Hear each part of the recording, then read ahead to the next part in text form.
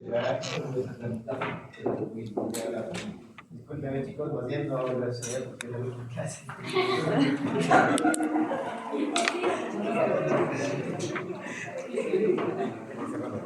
Ya chicos, solamente comentarles que este tema de órganos endopélvicos, vamos a hacerlo puntual.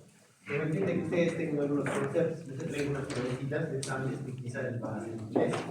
Así que es necesario que ustedes dominen algunos conceptos necesarios, ¿ya?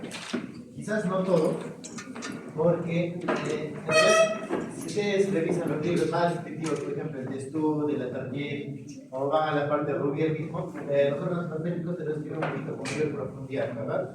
Con cada relación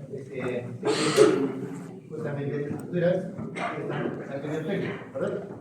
Vamos a empezar, chicos, resaltando lo más necesario. Y en este punto vamos a priorizar el entendimiento de la fisiología de lo que es la vejiga, primero, ¿ya? En relación a la vejiga, chicos, a ver todos, por favor, silencio. Vamos a empezar ya. En la vejiga tenemos que saber que este órgano en realidad es una cavidad, ¿verdad? Es una cavidad. ¿De qué constituyentes histológicos tiene este de acá? Claro, tiene sus componentes, paredes, ¿verdad? ¿Qué túnica tiene esta? Ya, principalmente va a tener tres componentes, ¿cierto? Una mucosa, ya, una mucosa va a tener muscular, que dígase de paso, músculo liso o músculo estriado. Claro, tiene músculo liso. Y va a tener túnica serosa que en la parte superior está cubierta por quién? Exacto, la parte superior del techo va a relacionarse con el peritoneo, eso es importante. Y obviamente en la parte lateral va a estar cubierto su serosa. ¿Por qué es importante recordar eso?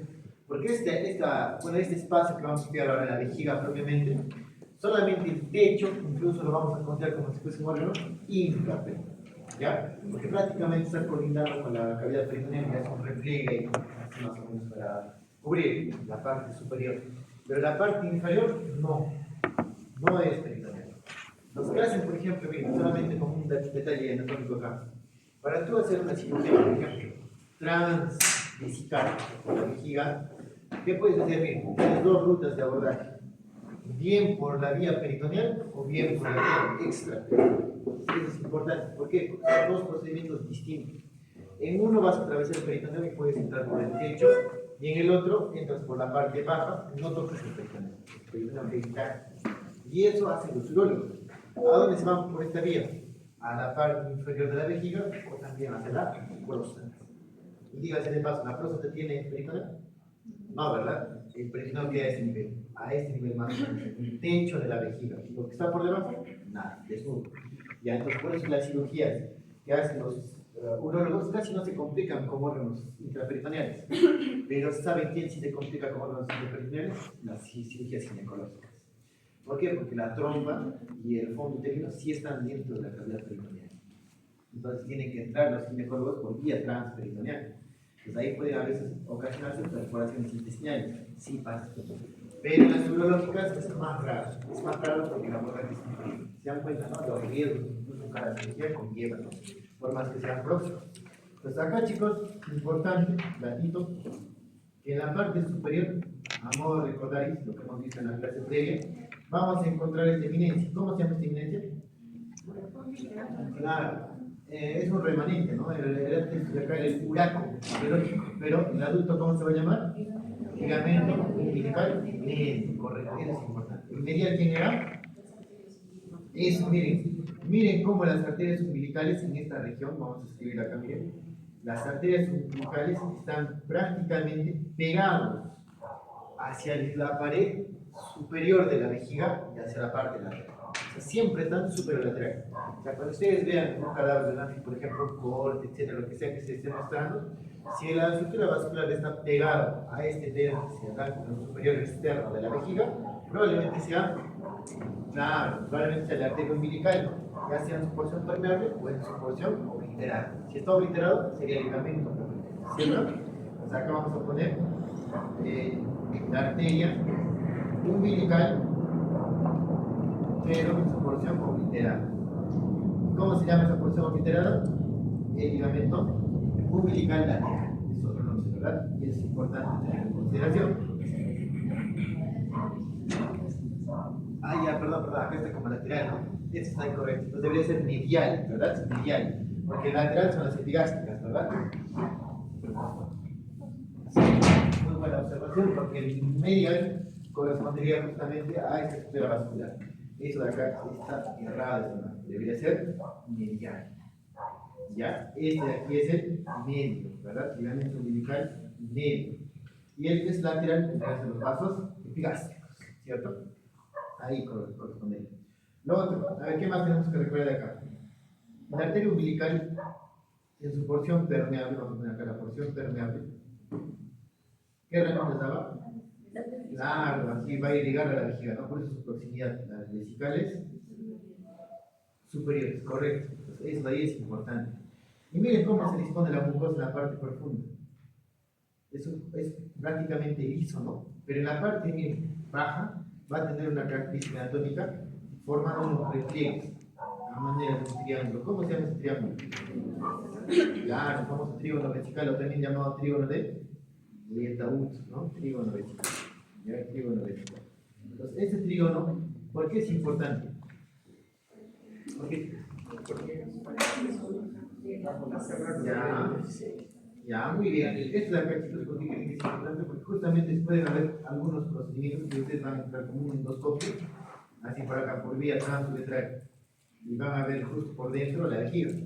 Y ahí es donde ustedes van a reconocer ese triangulito. Y en el triangulito vamos a ver que sus límites lo va a constituir quiénes, la desembocadura quiénes, de los uréteres hacia arriba, ¿verdad? Los uréteres, los dos. Y abajo, el nacimiento de la uretra propiamente. Entonces, esos tres componentes conforman justamente ese trígono vesical y se puede observar en las muestras cadavéricas. ¿Ya? Entonces, para que lo tengan en cuenta. Además, en esta porción, chicos, justamente se va a dar como que los músculos que están en relación a la parte inferior de la vejiga van a disponerse para conformar lo que son los esfínteres también, ¿no? Y en este punto, específicamente, ¿qué esfínter van a hacer? El involuntario. Esta, ¿no? Claro, el esfínter uretral interno, correcto. Y miren quién está por debajo del varón, la próstata. Y por debajo, recién miren el diafragma pélvico, miren el diafragma, justamente ahí vamos a encontrar quién. Claro, al esfínter externo. Esa es parte del periné. ¿Se recuerdan cuando vimos periné? ¿Cierto? Vimos en la parte profunda de sus compartimentos, encontrábamos este músculo, al esfínter uretral externo. ¿Se recuerdan que en el periné solamente estaban los dos externos, propiamente? El esfínter uretral, que es en este caso uretral externo, y también el esfínter anal externo, los dos externos. Los internos son como parte musculatura lisa, por lo tanto no son prácticamente propios del periné, sino parte del órgano en este caso propiamente. Si es de la vejiga, es parte del inicio de la vía de desembocadura, de ahí, ¿no? Es una modificación de músculo liso que se forma en este punto, nada más. Ya es parte del periné y lo que confundan es. Por lo mismo, tenemos que recordar que la vejiga también tiene su inervación bien particular. ¿Cierto? ¿Cuál es la inervación de la vejiga? Va a ser simpática y parasimpática. ¿Ya? ¿Qué más? Por los nervios esplénicos, pélvicos y el tronco simpático. Plásticos. Es muy complicado. Ya, muy bien. Vamos a tener una inervación parasimpática. Vamos a tener una inervación simpática. Y aquí tenemos que tener presente algunos conceptos. Para la función parasimpática tenemos que recordar que los que van a cumplir un rol importante van a ser ¿quiénes? Los esplásticos, claro, pélvicos, muy bien, pélvicos, P con P, parasimpático. En el simpático, El tronco. ya pueden estar también los simpáticos sacros, pero estos constituyendo al plexo hipogástrico, correcto, ahí van a estar, ¿no? En relación. Estos acá igual van a también contribuir al plexo hipogástrico, pero de esa manera, o sea, al confluir toda esa información, es que van a tener esas funciones. Entonces, la inervación parasimpática, dígase de paso, tiene receptores muscarínicos. Ustedes tienen que saber también que eso es funcional, ¿ya? Muscarínico. ¿Ya? ¿Qué más? Esto de acá, en cambio, la parte simpática va a tener que receptores de edad no definida, catecolaminéticos se llaman. Ya son receptores de ese tipo, son dos tipos. Pero ¿cuál es lo más importante en este caso? Los muscarínicos, los parasimpáticos. ¿Para qué me sirve el parasimpático? Ya, muy bien. Para poder relajar o contraer. Regresa. Contraer y abrir el esfínter. Ya, muy bien. Tiene doble función en realidad, depende de la porción. En la parte superior sí puede generar para que haya mayor capacidad, ¿no? Pero al momento de estimular la micción también genera la contracción del músculo detrusor. El detrusor vendría a ser un músculo funcional que va a estar en parte de la capa muscular para poder eliminar la orina, ¿ya? Entonces, ¿por qué es importante esto de acá que le estoy mencionando? Porque existen algunos problemas, por ejemplo, no sé si han escuchado las famosas vejigas neurogénicas. ¿Han escuchado? Las vejigas neurogénicas. Las vejigas neurogénicas es cuando la vejiga se para contraer a cada rato. Se contrae, se contrae, se contrae, pero así de forma permanente. Por lo tanto, la persona no logra contener la orina. Entonces, ¿y eso por qué? Probablemente suceda por un estímulo muy marcado de los receptores muscarínicos. ¿Ya? Entonces, ¿qué hacen, por ejemplo, ahí cuando ustedes sean médicos? ¿Qué van a hacer? Van a dar medicamentos antimuscarínicos para que estimulen la relajación. Eso. Entonces, son conceptos importantes. Por eso les decía, ¿no? ¿Y quién comanda toda esa información? Los esplácnicos pélvicos. Los pélvicos. Por eso es importante. ¿Se entiende? ¿La idea más o menos? Entonces, ¿cómo les podemos preguntar a ustedes? La inervación parasimpática de la vejiga proviene de. Ya, puede ser léxico básico, pero el léxico básico está mezclado, tanto simpático y parasimpático. Si te estoy preguntando específicamente parasimpático, ¿qué responderías? Los esplácnicos pélvicos. Muy bien, ¿no? Y acá, en cambio, para la parte simpática, los amigos, que están más con en este caso, la capacidad de almacenar, ¿no? ¿Y cuánto es el volumen de almacenamiento de la vejiga? Hasta 500 Ya, muy bien, depende, ¿no? Tiene sus umbrales, eso sí es cierto. ¿Cuáles son sus umbrales? 350.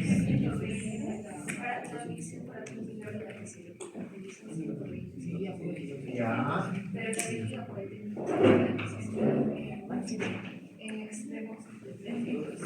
Ya, muy bien. Ya para que tengas un estímulo así marcado de original, esto puede variar. De una media de volumen de almacenamiento le ponen de 400 a 500 ml. ¿Ya? O sea, por ahí puede almacenar su capacidad y extenderse. Pero sí es cierto que en algunas situaciones patológicas esto puede extenderse en exceso. ¿Ya? Y miren, esta estructura de acá está bastante bien inervado, ¿cierto? Como les iba mencionando. Y como les dije que los dolores cuando estaban atribuidos a la inervación visceral, ¿cómo eran los dolores? Sordos, difusos, eran bastante molestos, ¿no? Eso hay que tener mucho cuidado con los pacientes adultos mayores, cuando ustedes sean médicos. ¿Por qué?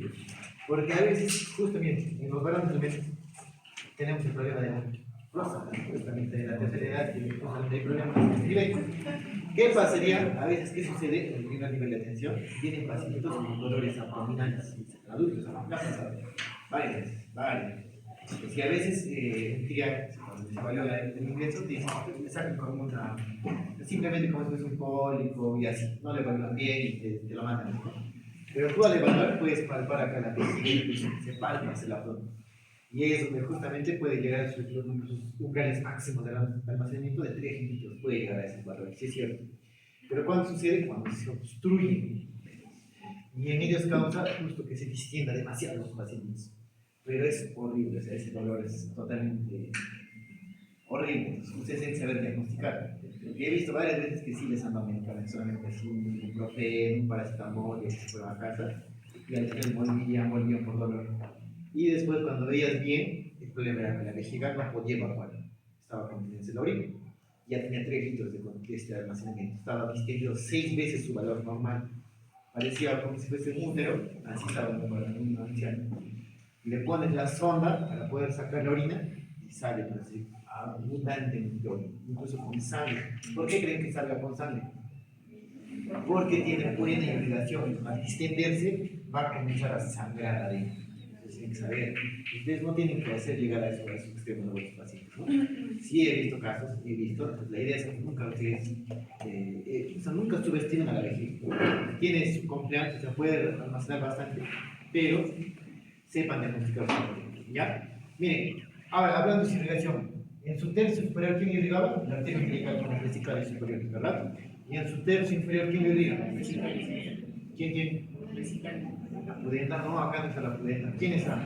La vesical inferior, la arteria vesical inferior, ¿qué programa? el tronco anterior de la arteria de acá, interna, ¿cierto? Eso es importante. Y en el varón, la vesícula inferior, miren, como está acá abajo, ¿a quién más va a llegar? A la próstata, por proximidad, por eso tienen ramas prostáticas. Pero en la mujer, como no hay esto de acá, a veces solamente nace directamente de rama, la arteria parcinal, ¿no? Y puede llegar tanto a la vagina y también a la parte inferior de quién? Claro, de acá, ¿no? De la vejiga, prácticamente. De la vejiga. Entonces, eso es importante, pero no es constante, o sea, ese reemplazo que existe, o sea, sí es habitual, puede aparecer acá en la arteria vaginal, pero no siempre, ¿no? O sea, puede haber casos de mujeres donde sí tengan su propia arteria vaginal inferior, ¿ya? Entonces, eso es variable, son variaciones del cuerpo de cada persona y tiempo. ¿Está claro, chicos, hasta ahí? Y además, es una vista anterior de la vejiga, ¿verdad? Este es trígono de Quintaú. Y estamos viendo aquí, miren, una vista posterior de la vejiga. Es una clase importante. ¿Por qué? Porque en esta vista es donde a veces en el anfiteatro es mucho más preguntable. Ya, les voy a ayudar un poquito ahí, por si tal vez se animan a preguntar los docentes de la parte práctica. ¿Ya? Pues miren, en la vista posterior, chicos, tenemos que recordar igual. Por la parte de acá va a estar pasando, ¿qué arteria? Claro, las umbilicales, ¿no? Que van a dar ramas vesicales. Siempre en la parte superior externa, por ahí van a estar los vasos. Por debajo de estos vasos, miren, por debajo, pues se va a conformar este compartimento, por debajo de los vasos umbilicales, ¿no? Entonces, aquí vamos a encontrar estas estructuras importantes. Miren, primero, esto que está de verde aquí. ¿Qué sería? Fácil, ¿no? Los uretes. En el anfiteatro tengan mucho cuidado porque se parecen casi al mismo calibre que que estoy poniendo en naranja. Casi el mismo calibre. Y como se confundían, era muy preguntable. Sí, muy preguntable, porque tenías que tener bastante ojo, ¿no? Se parecen bastante, solo que los ureteres tienen su dirección vertical hacia arriba. En cambio, estos de acá vienen desde el lateral. Vienen desde el lateral. ¿Qué estructuras son estas que vienen desde el lateral? Claro, muy bien, los famosos conductos deferentes. Y miren cómo en esta parte de la vejiga, en la cara posterior, se entrecruzan. Pero los conductos deferentes van a llegar ¿a dónde? ¿A dónde? Claro, van a comenzar a unirse con esto de acá, que es la vesícula seminal. Y esta vesícula seminal también se logra observar en las palabras, es constante, se observa aquí la vesícula seminal. La forma de distinguir la vesícula seminal es que es bastante tortuosa, muy tortuosa. Solamente tiene esa formita, ¿no? Pequeña. En cambio, los conductos también pueden ser tortuosos, pero son más largos. Pues, ojo, a esas diferencias son importantes. Que vean, pues vamos a reconocer aquí que existen estas uniones, ¿no? Esto de acá que dijimos que eran los uretes, ¿no? Los uretes. Y esto de acá, los conductos deferentes. En el varón, creo que la mujer está buscando. ¿Ya? Esto de acá que era la vesícula seminal, ¿no? La vesícula seminal, correcto. ¿Y esto qué es aquí? Específicamente, ¿qué lóbulo? El lóbulo posterior o zona marginal de la próstata. ¿Se recuerdan? Esas cositas que hay que saber de la próstata, de la posición que se ha explicado, es importante. Tienes zonas y tienes lóbulos. Tienes un lóbulo posterior en este caso, obviamente que también constituye la zona marginal, la zona periférica también llamada, ¿no? Entonces, ¿por qué es importante esta zona periférica y lóbulo posterior? ¿Por qué creen? Ya, primero porque el tacto rectal justamente va enfocado para palpar esta zona. Ya, muy bien. ¿Otro? Porque en este lugar, chicos, por eso el tacto rectal es claro, es justamente la herramienta del fijo. ¿Por qué? Porque ahí es donde se asientan los cánceres de próstata. Aquí empieza. Es diferente con la hiperplasia. La hiperplasia de próstata es solamente un crecimiento, o sea, benigno. La próstata se hincha, crece, y es lo que más habitualmente aqueja a los varones, ¿no? Que la próstata se aumente en tamaño. Pero ¿dónde empieza esto? En la zona central aquí, cerca de la uretra, ¿ya? Por eso es que cuando hay solamente crecimiento benigno, genera problemas al orinar, disminución del chorro, etc. Pero cuando es cáncer, a veces no aparece eso, sino comienza a ver con qué manifestaciones, más bien en este caso, gastrointestinales, con el recto. Porque sabemos que la próstata por detrás, ¿con quién colinda? Con el recto. Por eso es que es importante saber eso. Ya, entonces, no siempre las cosas son constantes, ¿no? Siempre el problema prostático va a tener problemas urinarios, no siempre. Ya pueden haber otras manifestaciones. Y eso justamente se explica por la anatomía que tiene. ¿Ya? Vamos viendo aquí. ¿Qué estructura sería esto de acá? ¿Qué estructura sería eso de acá? ¿Qué estructura es esta? ¿Qué tal bien en el examen así sin imagen? ¿Qué haría? ¿Qué pondrían ahí? De eso depende que apruebe todo el curso. Esa pregunta la hace. ¿Qué? Muy bien, las glándulas bulbouretrales. Muy bien. ¿Su epónimo? Muy bien, de Cooper. Oh, esa glándula de bulbouretrales que también se nivel. ¿Se recuerdan por qué músculo se relacionaba? Con el músculo transverso profundo de la piel. Ahí estaba incrustado, ¿no? ¿Se recuerdan? En la clase que hemos visto previamente. Entonces, esas cositas para que ustedes reconozcan es importante. De una vista anterior y de una vista posterior. ¿Listo? Vimos también que acá estamos en relación de las arterias vesicales superiores, por debajo, las vesicales inferiores, ¿cierto? Las vesicales inferiores. ¿Pueden haber más ramas para irrigar la vejiga? Sí. Por ejemplo, este conducto, ¿cómo se llamaba? Conecta de frente. ¿Tiene su irrigación? Sí, pueden hacer incluso las vesicales inferiores, ¿verdad? ¿Cómo se llama? Claro, arteria del conducto de frente. ¿Puede irrigar la vejiga? Claro que sí, por la colindancia, puede irrigar. Entonces, todo es posible, claro que sí es posible, ¿no? La idea es que ustedes tengan idea de que existen dos sistemas grandes, ¿no? La vesical superior, la vesical superior acá, y la vesical inferior, ¿no? Esos son los dos sistemas grandes de irrigación. Y viene razón del plexo hipoástico, ¿cierto? Tanto con su componente parasimpático y su componente simpático. Listo, muy bien. Ya, hasta acá una pregunta de vejiga. Más o menos. Ya. Ahorita vamos a hablar de como reproductor masculino para poder entender. Pero la parte de vejiga quedó más o menos claro. ¿Sí? Ya, muy bien. Vamos a avanzar un poco más. Recto. El otro órgano endocrínico que también es crucial que ustedes repasen, tanto para la parte teórica y práctica y para también cuando ustedes lleven clínicas, el recto. ¿Ya? El recto, aunque a veces no haga necesidad, es cierto, pero este de acá es asiento frecuente de muchas patologías. Las famosas hemorroides, ¿quién no escuchar las hemorroides, no? Las hemorroides clásicas, hemorroides. ¿Qué más? A veces cuando sufres de estreñimiento crónico pueden haber fisuras de este nivel. Y las fisuras pueden complicarse con fístulas, o sea, como conexiones. Y las fístulas pueden generar abscesos, colecciones de pus. ¿Hay problemas aquí? Definitivamente hay, son feas, horrible. ¿Qué más tienen que saber de acá? Aparte de esas enfermedades clásicas, también este lugar es un sitio frecuente, ¿saben qué? Cáncer. Cáncer. Y muchas veces estos cánceres de esta región son prácticamente, por el tabú que conlleva y todo eso, los pacientes a veces no acceden a los servicios de salud. Y a veces eso de ahí genera una mortalidad altísima. Tienen que saberlo. Ustedes cuando evalúan a los pacientes, si toca evaluar ahí, tendrán que evaluar. Tienen que saber evaluar. Eso les van a enseñar en psicología. Tienen que ir preparados. ¿Ya? ¿Qué tienen que saber acá en el recto, chicos? Primero, que es parte, obviamente, distal en todo el trato gastrointestinal, ¿cierto?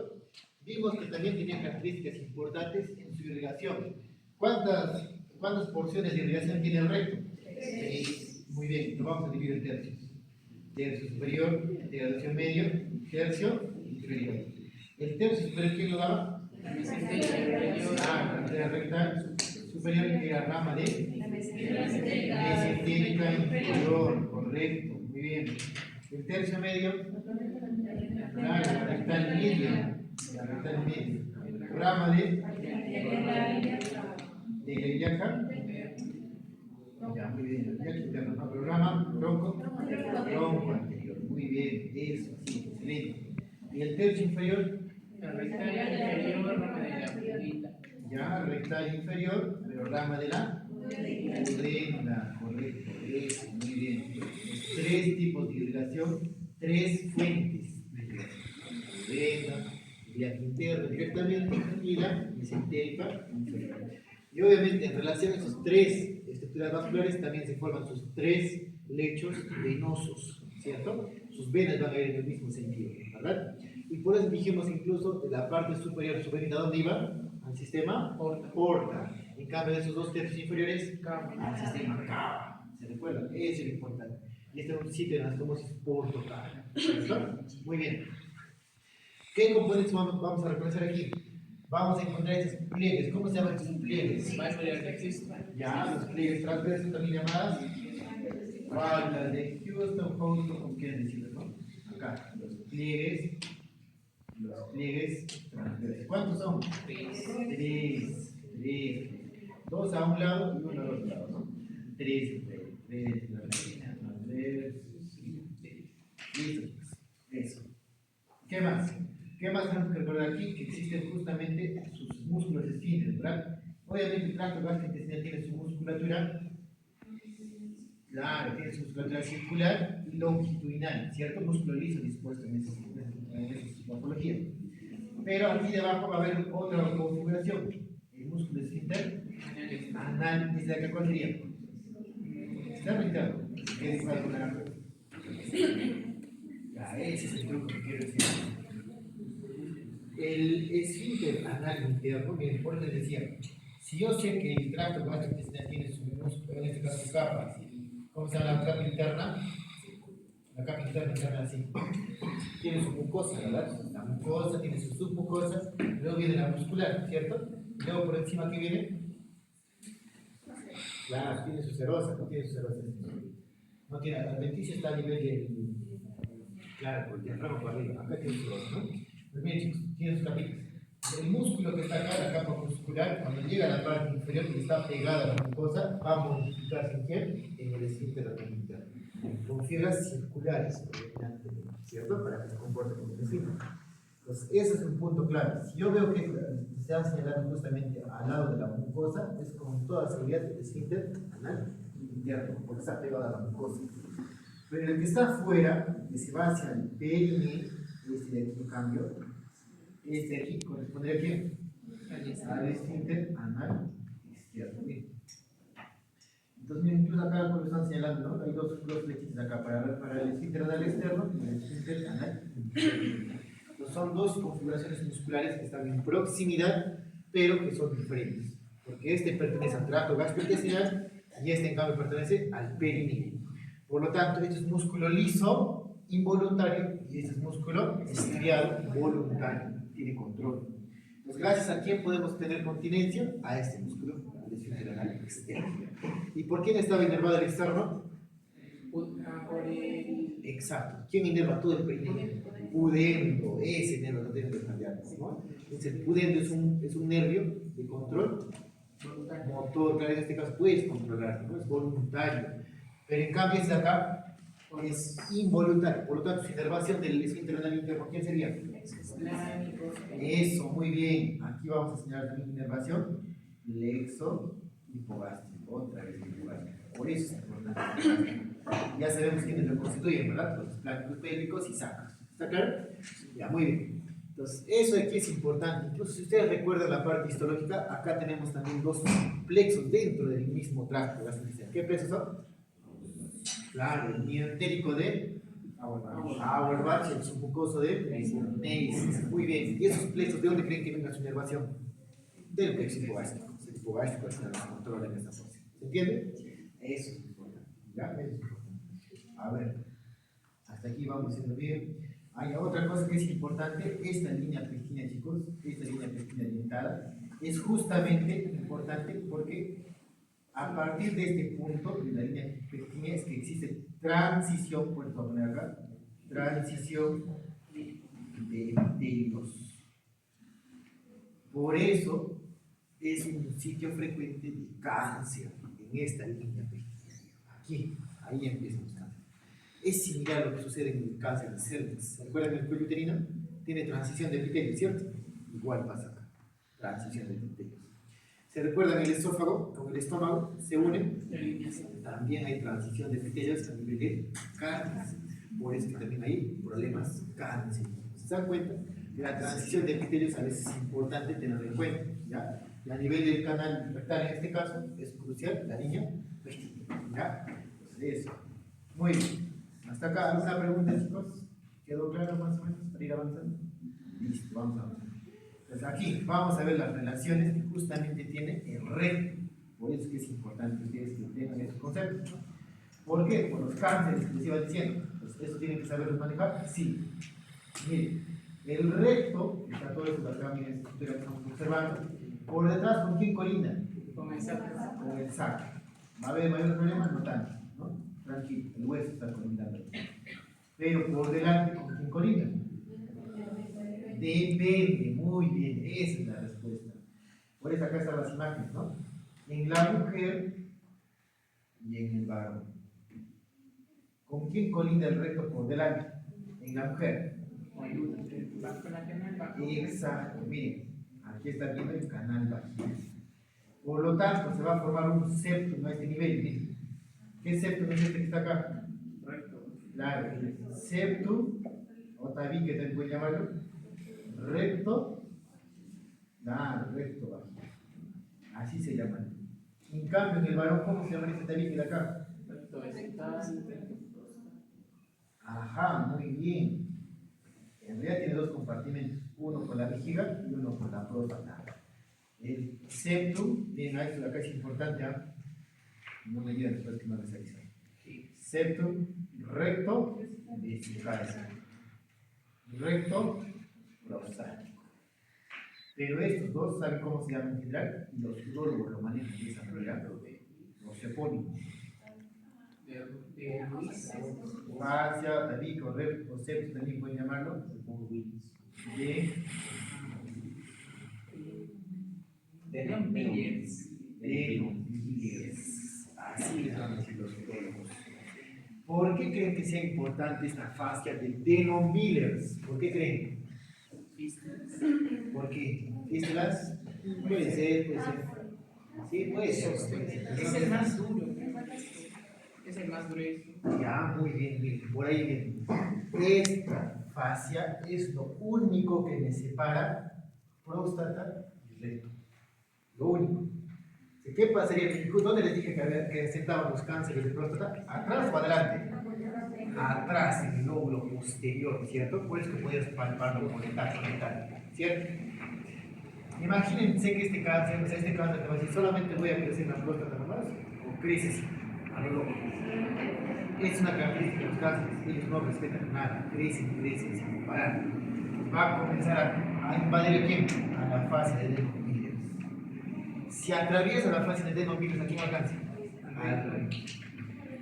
Miren, lo que inicialmente, si digamos, encuentras un pequeño cancercito que está empezando acá en la próstata, tú puedes entrar, sacas toda la próstata y se acabó el problema, ¿cierto? Pero ahora, ¿qué pasa si este cáncer ya alcanzó la fase de Denonvillers? ¿Puedo salvarlo todavía? Sí, ¿no? Un poquito, ya puedo sacarte con la fase más lo pena. Pero si ya pasó toda la fase y alcanzó al recto, ahí se complica la cosa. ¿Se recuerda que el recto tiene buena irrigación? Y mediante esa irrigación que tiene, sus linfáticos, sus ganglios, etc., va a comenzar a metastasizar rápido, va a volar ese cáncer. Y aparte que la cirugía ya no solamente va a sacar próstata, va a sacar recto. ¿Y qué vas a hacer con el resto que has cortado? Vas a tener que desconectarlo. El colon vas a tener que sacar la pared. Eso se llama colostomía. Va a caminar los pacientitos con su bolsita acá para estar cambiando todos los días sus heces. Y es horrible. Prácticamente vas a iniciar incluso a problemas de estado emocional, etc. Es una perturbación fatal. Se dan cuenta que esta fascia es muy importante. Fascia de Denonvillers. ¿En el varón o en la mujer? Varón. En la mujer no se llama así. Aquí simplemente es el septum recto, pero también el septum es crucial. ¿Por qué?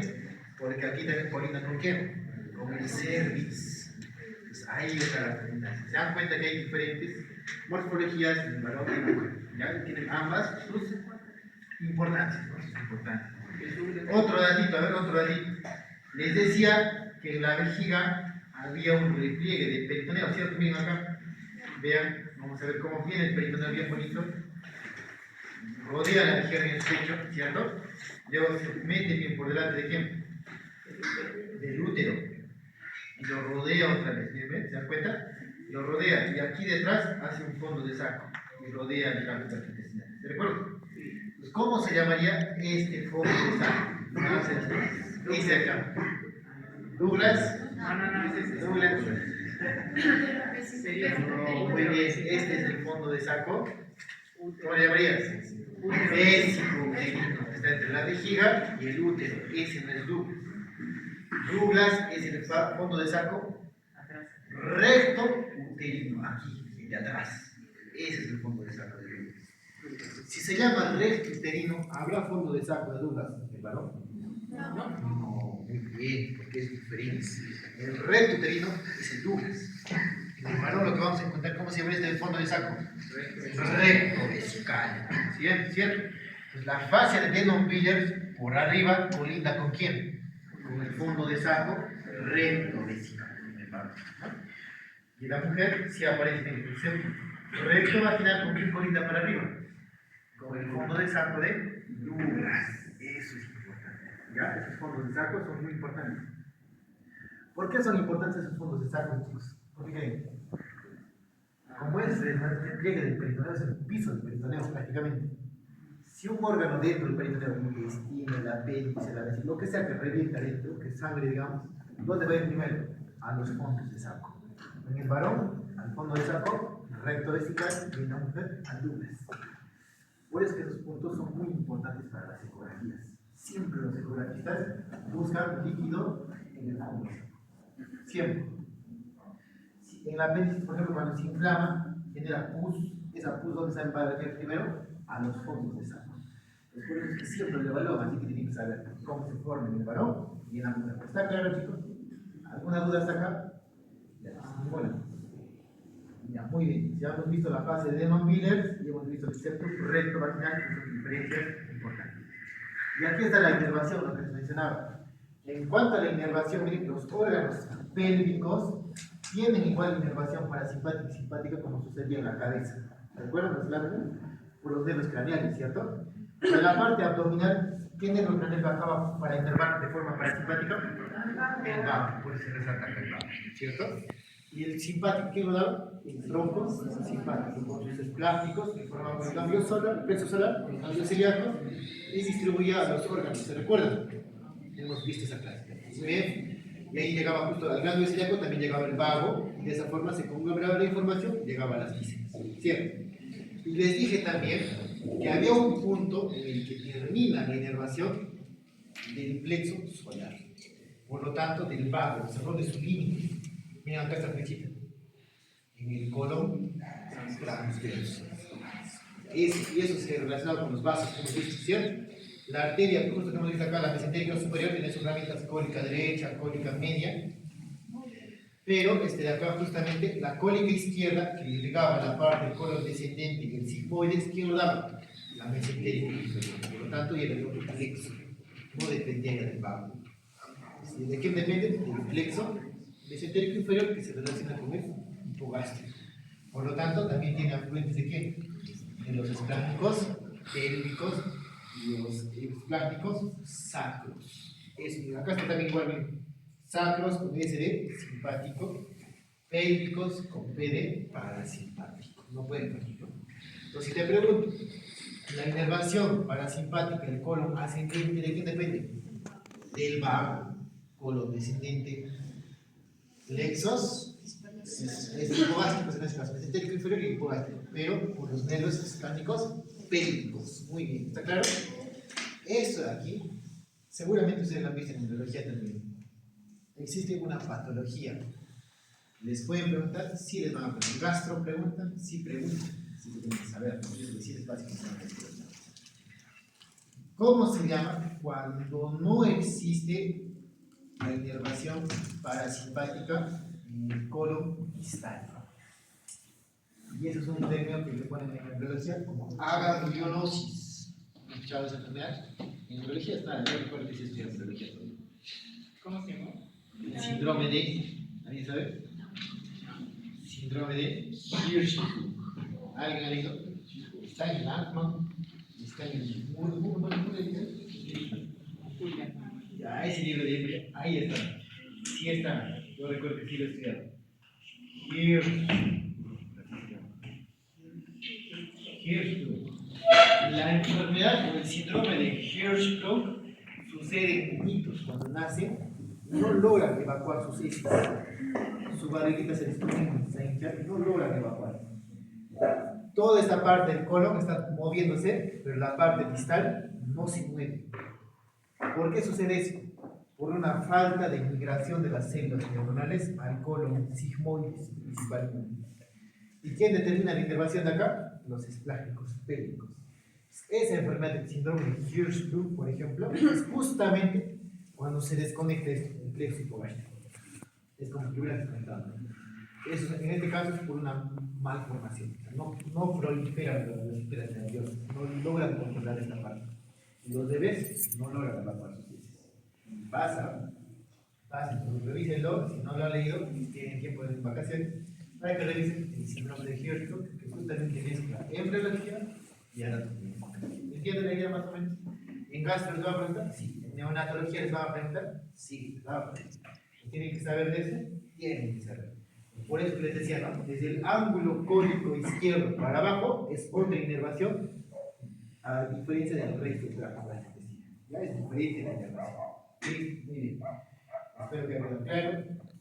Y aquí está la imagen, bien, cómo el plexo hipogástrico se forma desde arriba, plexo hipogástrico superior, y cuando entra la cavidad pélvica, plexo hipogástrico inferior. Como inerva, bien, tanto al recto, vejiga, y se abre acá el útero, también al útero, y también parte del canal vaginal, ¿no? Entonces es importante que sepan, ¿los uréteres también están inervados? Claro que sí.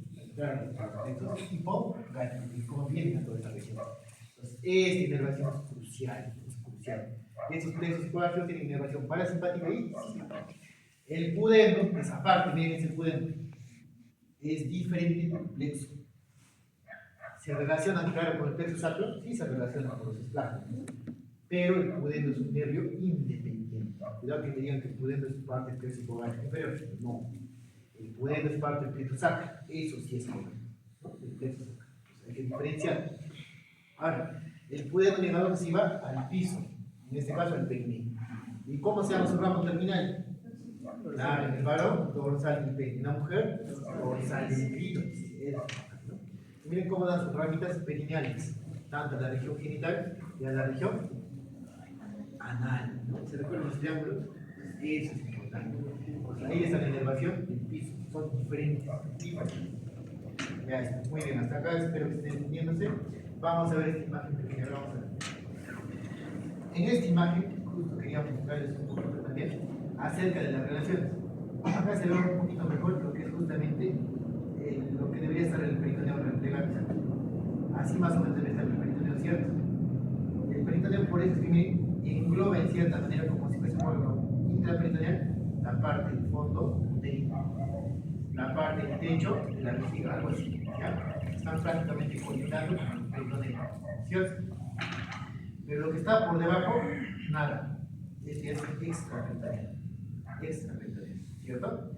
Ahora, ¿qué más? ¿Qué estructuras más vamos a observar aquí? El ovario en la mujer, miren, el ovario ¿es intraperitoneal o extraperitoneal? No es importante el concepto. La trompa, cuando se lastima, cuando reviente, cuando hay un quiste que reviente, por ejemplo, ¿dónde va a sacar? Al peritoneo, por lo tanto, al fondo del saco de lunares. Eso, importante. Ya, eso, ¿no? Estamos bien. ¿Todo bien? ¿Todo de acuerdo? Ya, vamos a avanzar un poquito más. A ver aquí. Miren esta parte, la parte inferior, lo que les decía. Se observaba acá justamente parte del piso pélvico, del perineo, en la parte profunda. Y aquí me van a aparecer las glándulas bulbo-moleculares. Y en la parte externa van a aparecer otras glándulas, que justamente están relacionadas también con el aparato reproductor. Y aquí vamos a encontrar justo en otra glándula, la glándula de Bartholin, ¿ya? Vestibular. Pero por delante de esta vamos a encontrar a los cuerpos. ¿Qué cuerpos es? Cavernoso, esponjoso.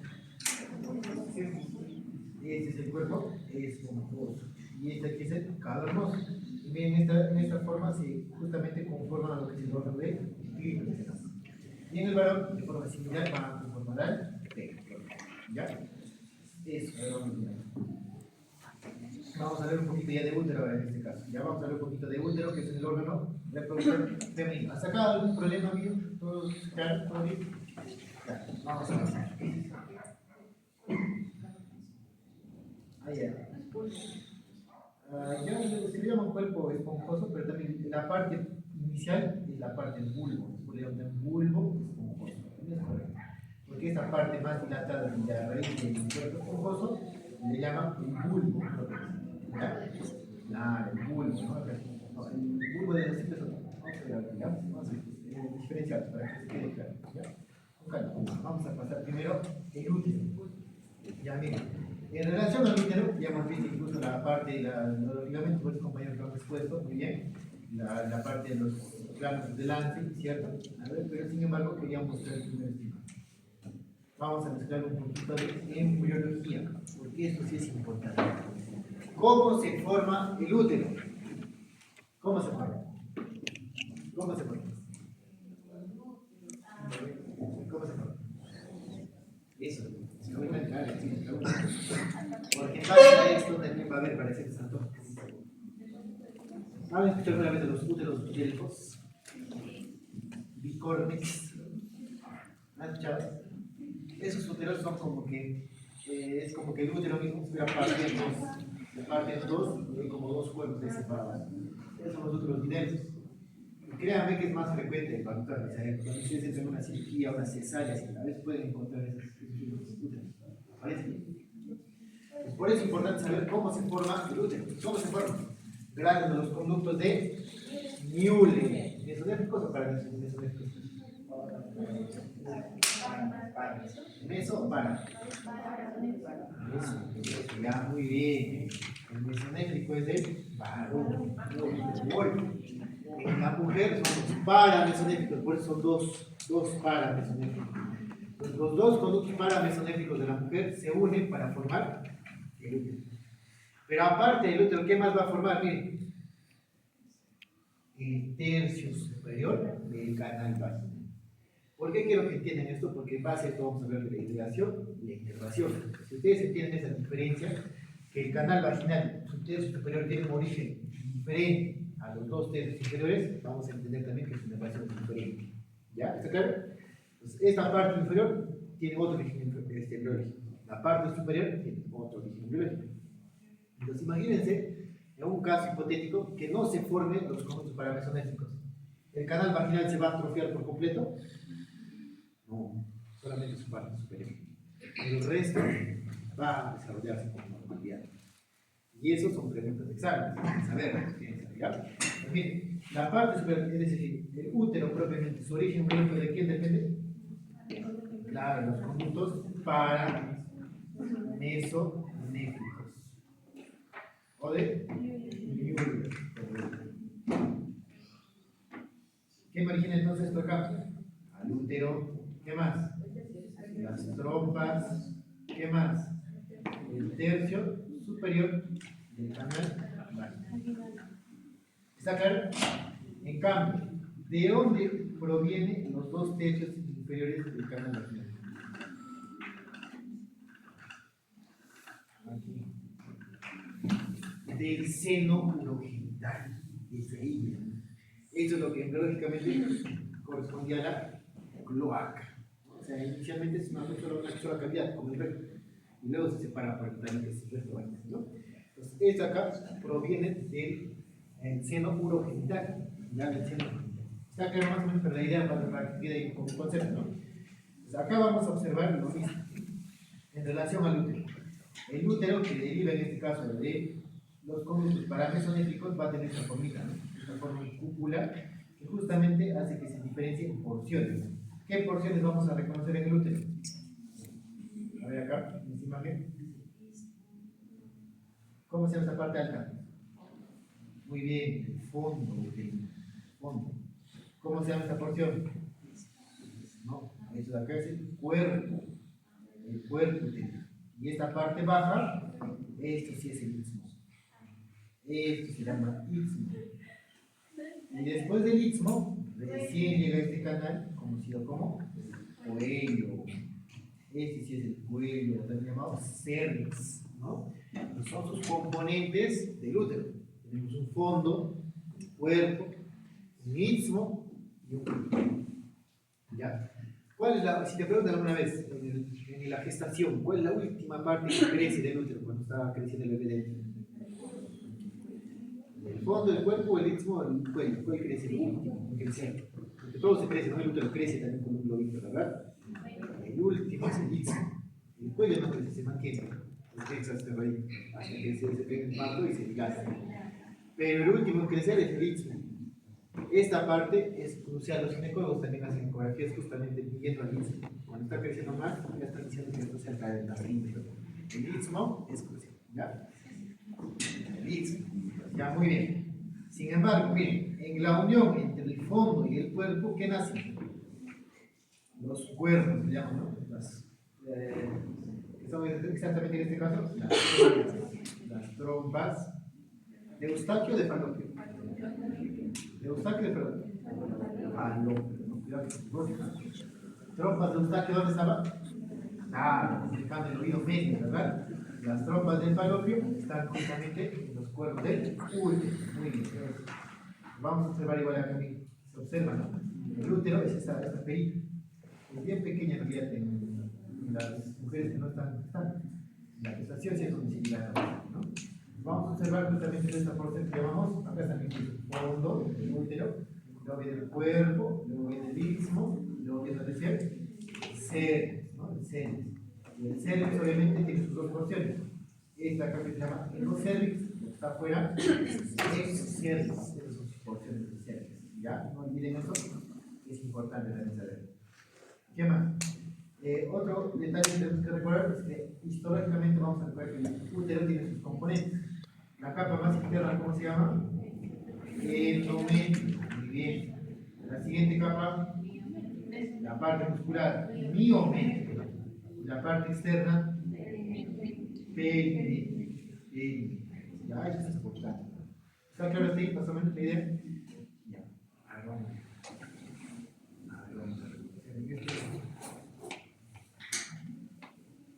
¿Cuáles son los ligamentos que tenía el útero? ¿Se recuerdan ustedes de la exposición? Ya, lo acabamos de observar. ¿Qué ligamentos recuerdan ustedes? Vamos a poner acá los ligamentos. Hay muchos ligamentos, ¿no? Muchos ligamentos, pero entre ellos vamos a rescatar los más importantes. Este que voy a señalar aquí como ancho. ¿Qué es? Muy bien, el ligamento ancho. ¿Qué más vamos a observar aquí? En la parte inferior del ligamento ancho, miren, es el ligamento mismo, se va a replegar en su mismo eje. Y al replegarse va a formar este ligamento. ¿Cómo se llama este ligamento? Le voy a poner B. ¿Cómo se llama el ligamento B? Ah, buena pregunta, ¿no? ¿Y por qué, miren, justamente está en relación con los vasos? Uno de los más preguntados en este año. ¿Qué ligamento sería este que está acá? La parte B. Cardinal, correcto. El ligamento cardinal o de McEnroe. El ligamento cardinal o de McEnroe es como si fuese. En realidad es como si fuese un engrosamiento de quién? Del ligamento ancho. El ligamento ancho es todo este ligamento que se observa acá, pero en la parte baja es como que se replegaría en sí mismo. Para envolver qué cosa? A los vasos. ¿Y qué vasos están acá? Claro, los vasos uterinos. Por eso que es importante. El ligamento de McEnroe es muy importante porque aparte de fijar el útero hacia el lateral, lo va a anclar, va a permitir el paso de los vasos uterinos. El ligamento ancho, igual, ¿no? Va a fijar también. Pero este ligamento de McEnroe, ¿a dónde se va? Hacia la porción baja, donde está el cervix. Por eso también le llaman ligamento cervical transverso. Es otro nombre. Porque nace del cervix y se va hacia el lateral. Es otro nombre que lo pueden poner. ¿Se entiende? Ahora, ¿se recuerdan los planos de lance? Los planos de lance que justamente hablamos era del sostén del canal vaginal que está por debajo. Y el plano 1, ¿quién lo constituía? McEnroe y útero sacro. ¿Por qué? Porque está en esta parte alta del canal vaginal. ¿Ya? Los ligamentos que están encima del útero, esos no entraban acá en el anexo, porque son ligamentos propios del útero. Este también es propio del útero, solo que también soporta adicionalmente al canal vaginal. Por eso es importante este ligamento de Macken. ¿Ya? Hasta acá.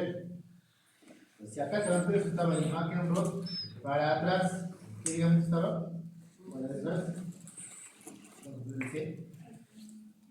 Ya, ese es el útero, es el cervix, el útero. Si está acá viendo el útero, hacia atrás es el sacro, ¿cómo se llama?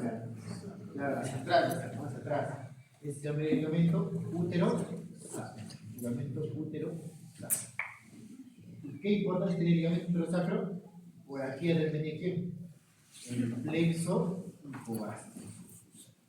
El útero sacro es por donde llega la inervación.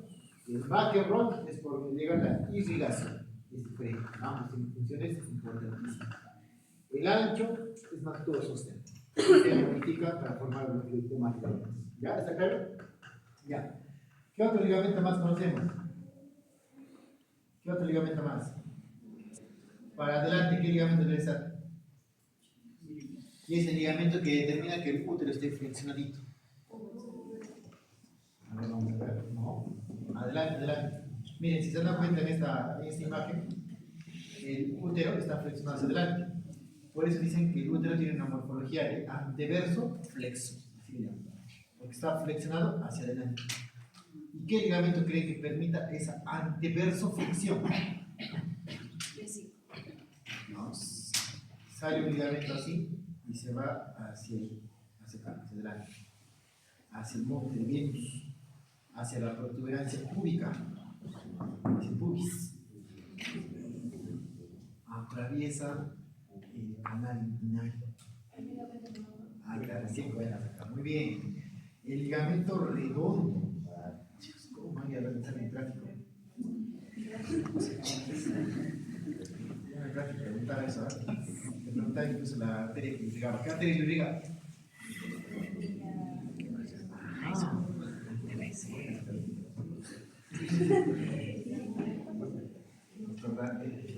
Te mando mis preguntas. ¿Qué sería? Chicos, el ligamento redondo. Irrigación. La arteria del ligamento redondo, es fácil. Pero tiene su porqué. La arteria del ligamento redondo tiene su nombrecito. ¿Saben cómo se llama? ¿Alguien lo ha visto? Está en los libros de ginecología en realidad. No está en el... Se llama arteria de Samson. ¿Vale? Es como que Sansón. Samson. Esa arteria justamente es la que irriga el ligamento redondo. ¿Y por qué les pregunto? Porque es parte del cordón que en el varón es el cordón espermático. ¿Se recuerdan? El cordón espermático pasaba por el canal inguinal, ¿cierto? En la mujer no existe el cordón espermático como tal, sino que pasa el ligamento redondo. ¿Y qué más? Su arteria, la arteria de Samson o arteria del ligamento redondo. Es importante hacerlo. Entonces, este ligamento nace también desde el útero en la parte lateral y se dirige hacia el canal inguinal y se va a insertar en el monte de Venus y en la región del pubis, atravesando ya el canal inguinal. ¿Está claro? Pues ese ligamento es importante. Es otro ligamento de sustentación del útero que permite la anteverso flexión. Lo ancla para adelante. ¿Ya? Es otro ligamento. Vamos a poner acá de ¿qué ligamento hemos hablado? Redondo. Ahora voy a saber su importancia, ¿no? Ligamento redondo que va hacia adelante. Ya. ¿Qué otro ligamento me falta? Ya. Se van a formar acá unos ligamentos también adicionalmente, pero ya no va a ser propiamente el útero, sino se van a relacionar también con qué, con el ovario. Por ejemplo, ese ligamento de aquí, ¿cómo se llamaría? Si nace del útero y se va al ovario, claro, el ligamento útero-ovario, o también llamado ligamento propio del ovario, le pueden llamar así también. ¿Ya? Este es el ligamento propio del ovario. Pero ¿por qué es importante reconocer que existe un ligamento propio del ovario? Porque va a haber otro ligamento acá, miren, hacia afuera del ovario también. Es como que al ovario, digamos, al ovario es aquí y le pones dos cuerditas, uno hacia el medial y otro hacia el lateral. El de medial lo va a anclar al útero y el de lateral, ¿dónde lo va a anclar? a la pared pélvica. ¿Cómo se llama este ligamento que va hacia el lateral? Suspensorio del ovario. Son dos ligamentos del ovario, chicos. Ojo, ¿ah? No se aprenden en el examen. Ya que se confundan. Ligamento suspensorio del ovario. El ovario lo cuelga por atrás del ovario hacia el lateral. Y el propio lo une hacia el útero. Eso. ¿Ya está claro más o menos ahí?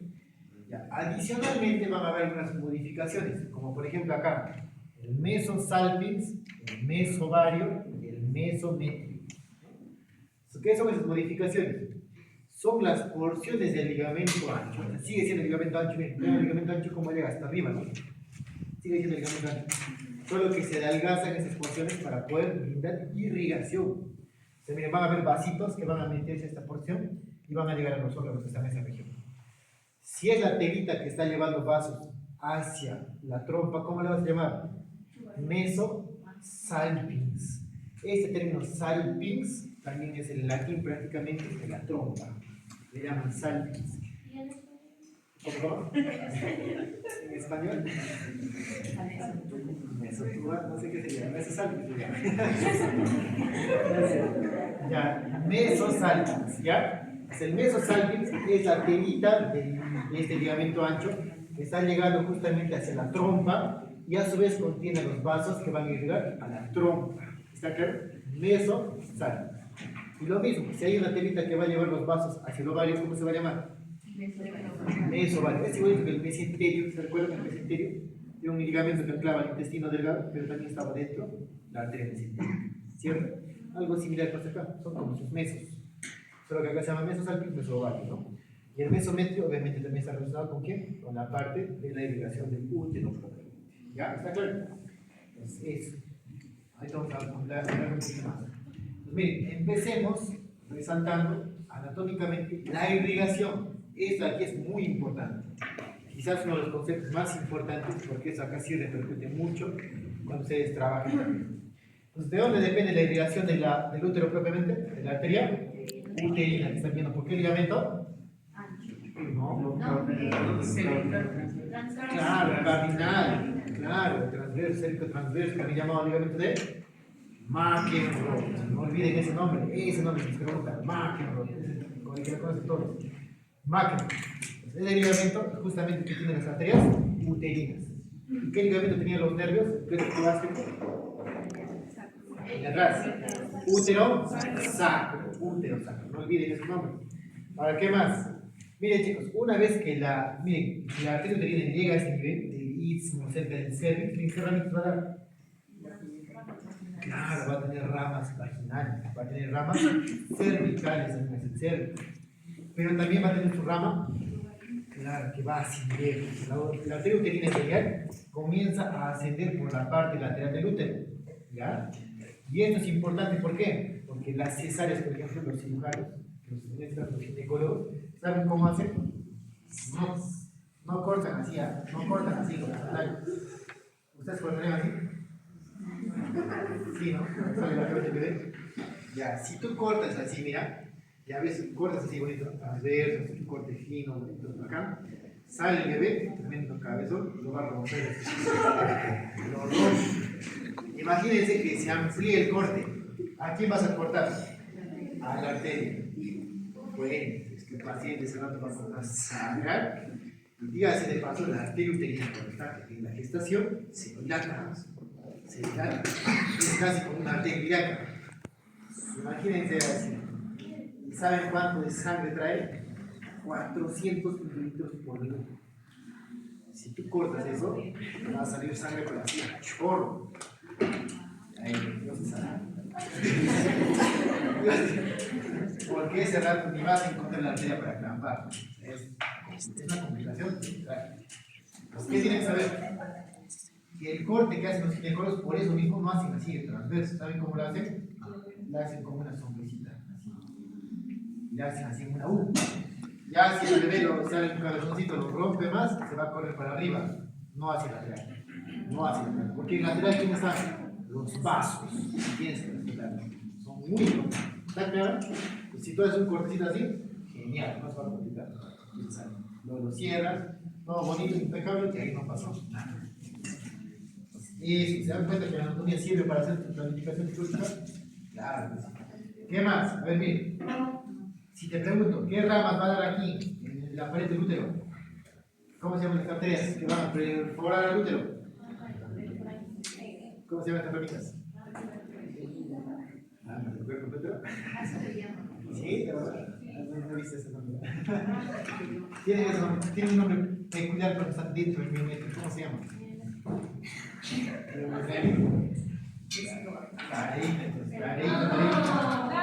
Carita. Solo les voy a decir, hay espirales, hay lisinas, hay vasos rectos, ¿y qué más? Entonces ya, eran libros. Ya, muy bien. Eso es importante, ¿por qué? Porque van a irrigar al útero y además van a irrigar el endometrio. Y ahí es donde se van a formar justamente la irrigación de lo que de las dos capitas del endometrio propiamente. Se recuerda que hay un endometrio basal de lo funcional y se recuerda que también que el funcional es el que se desprende durante la menstruación de la mujer. Entonces, esos vasitos son los que se cierran. Ya tienen de tarea que van a buscar y estudiar en relación a la irrigación. ¿Ya? Revisen los chicos porque de justo son ramas colaterales de la arteria uterina. Ya, otro datito. Una vez que la arteria uterina asciende bien, justo llega a nivel del cuerno, de sus cuernitos. Y en los cuernitos del útero, eso es importante, bien cambia de dirección. Y una vez que cambia de dirección, va a formar sus ramas terminales. ¿Dónde nacen las terminales de la arteria uterina? Aquí, en el cuerno, donde van a ser la trompa, ¿cierto? Pues, ¿cómo se llaman las terminales? Ya, si va a ir la trompa, tubárica. Y la otra, ramas ováricas. Fácil, ¿no? Si está la trompa, está el ovario, ramas tubáricas y rama ovárica son las terminales de la arteria uterina. Listo, ahí se acabó. Significa que la irrigación de la trompa uterina, de la trompa, depende de quién? De la uterina. ¿Ya? Cuidado que piensen que primero va a la trompa, la arteria y de ahí baja hacia el útero. No, viene desde abajo hacia arriba. Ese es el proceso. Ahora el útero, ¿de quién? Perdón, el útero, el ovario, ¿de quién depende su irrigación? De la uterina, ¿cierto? Pero aquí viene una peculiaridad. El ovario, como es un órgano muy importante en la fisiología reproductiva, este de aquí tiene doble irrigación. ¿De dónde viene? Eso, ¿se recuerda cuando hemos visto aorta? Había unas ramitas gonadales que les dije. En el varón serán las testiculares y en la mujer ováricas. Exacto. ¿Y por dónde vienen esas ramas? Miren, vean la imagen. Exacto, por el ligamento que estaba hacia lateral. ¿Qué ligamento es ese? Suspensor. ¿Y qué ligamento estaba hacia medial? El propio. Entonces, ¿qué arteria se relaciona con el propio, el ovario? La rama ovárica de la uterina. ¿Pero qué arteria se relaciona con el suspensorio? La arteria ovárica. ¿Se dan cuenta que se parecen? Pero son diferentes. Uno se llama arteria ovárica. ¿Y la otra cómo se llama? Rama ovárica. Lo mismo, no es. La rama ovárica viene de la uterina y la arteria ovárica viene de la aorta. A nivel de L, ¿no? Pues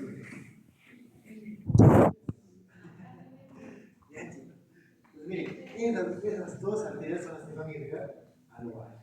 ¿Está claro? Ahora, imagínense que ustedes son los cirujanos principales de una cirugía que están sacando un tumor del ovario. ¿Vas a cortar de repente ese tumor? O primero tienes que cortar el flujo de sangre. Tienes que cortar el flujo de sangre, porque si no, vas a sacar, ¿cierto? Entonces, ¿qué estructuras vas a buscar? Al ligamento suspensorio y al ligamento propio. Si tú encuentras los dos ligamentos, sabes que por ahí están los vasitos que van a ayudar al ovario. Ya, están en proximidad, están en relación. Eso es importante. ¿Está claro? ¿Para eso me sirve la anatomía? Claro que sí. Ahora, otro concepto, a ver, acá tenemos una imagen, justo es lo que les decía, acá está el ovario bien bonito, con sus folículos,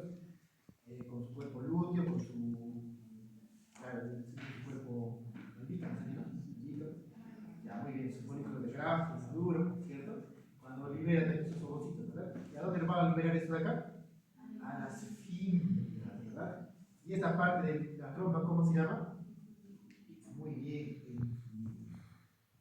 la trompa, por lo tanto, tiene sus partes, ¿verdad? El fundíbulo de la trompa, que es donde tiene las fibras, que es la primera parte que va a captar, en este caso, ¿a quiénes? A los ovocitos. Siguiente porción, ¿cómo se llama esta porción de aquí? ¿Cómo se llama esta acá? Ampolla, muy bien, la ampolla. ¿Por qué es importante la ampolla? A ver, ¿qué les podría preguntar también? ¿Qué sucede en la ampolla? Aquí sucede la fecundación. Aquí es donde tiene grasita, el ovocito, el espermatozoide. Aquí es en la ampolla. ¿En qué tercio está? ¿Tercio medial, medio o lateral? Lateral. Externo, externo. Ahí, tanto la ampolla como el fundíbulo. ¿Es importante? ¿Quién viene después? ¿Qué porción es esta?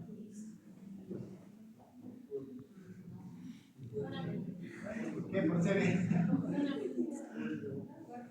Algunos dicen que tiene una porción del cuerpo, pero acá se destaca muy bien, el índice, la parte más delgada, tiene una porción que está acá dentro, intramural. La porción intramural, ¿ya? Es justamente dentro del muro, pues prácticamente dentro del muro del miometrio intramural.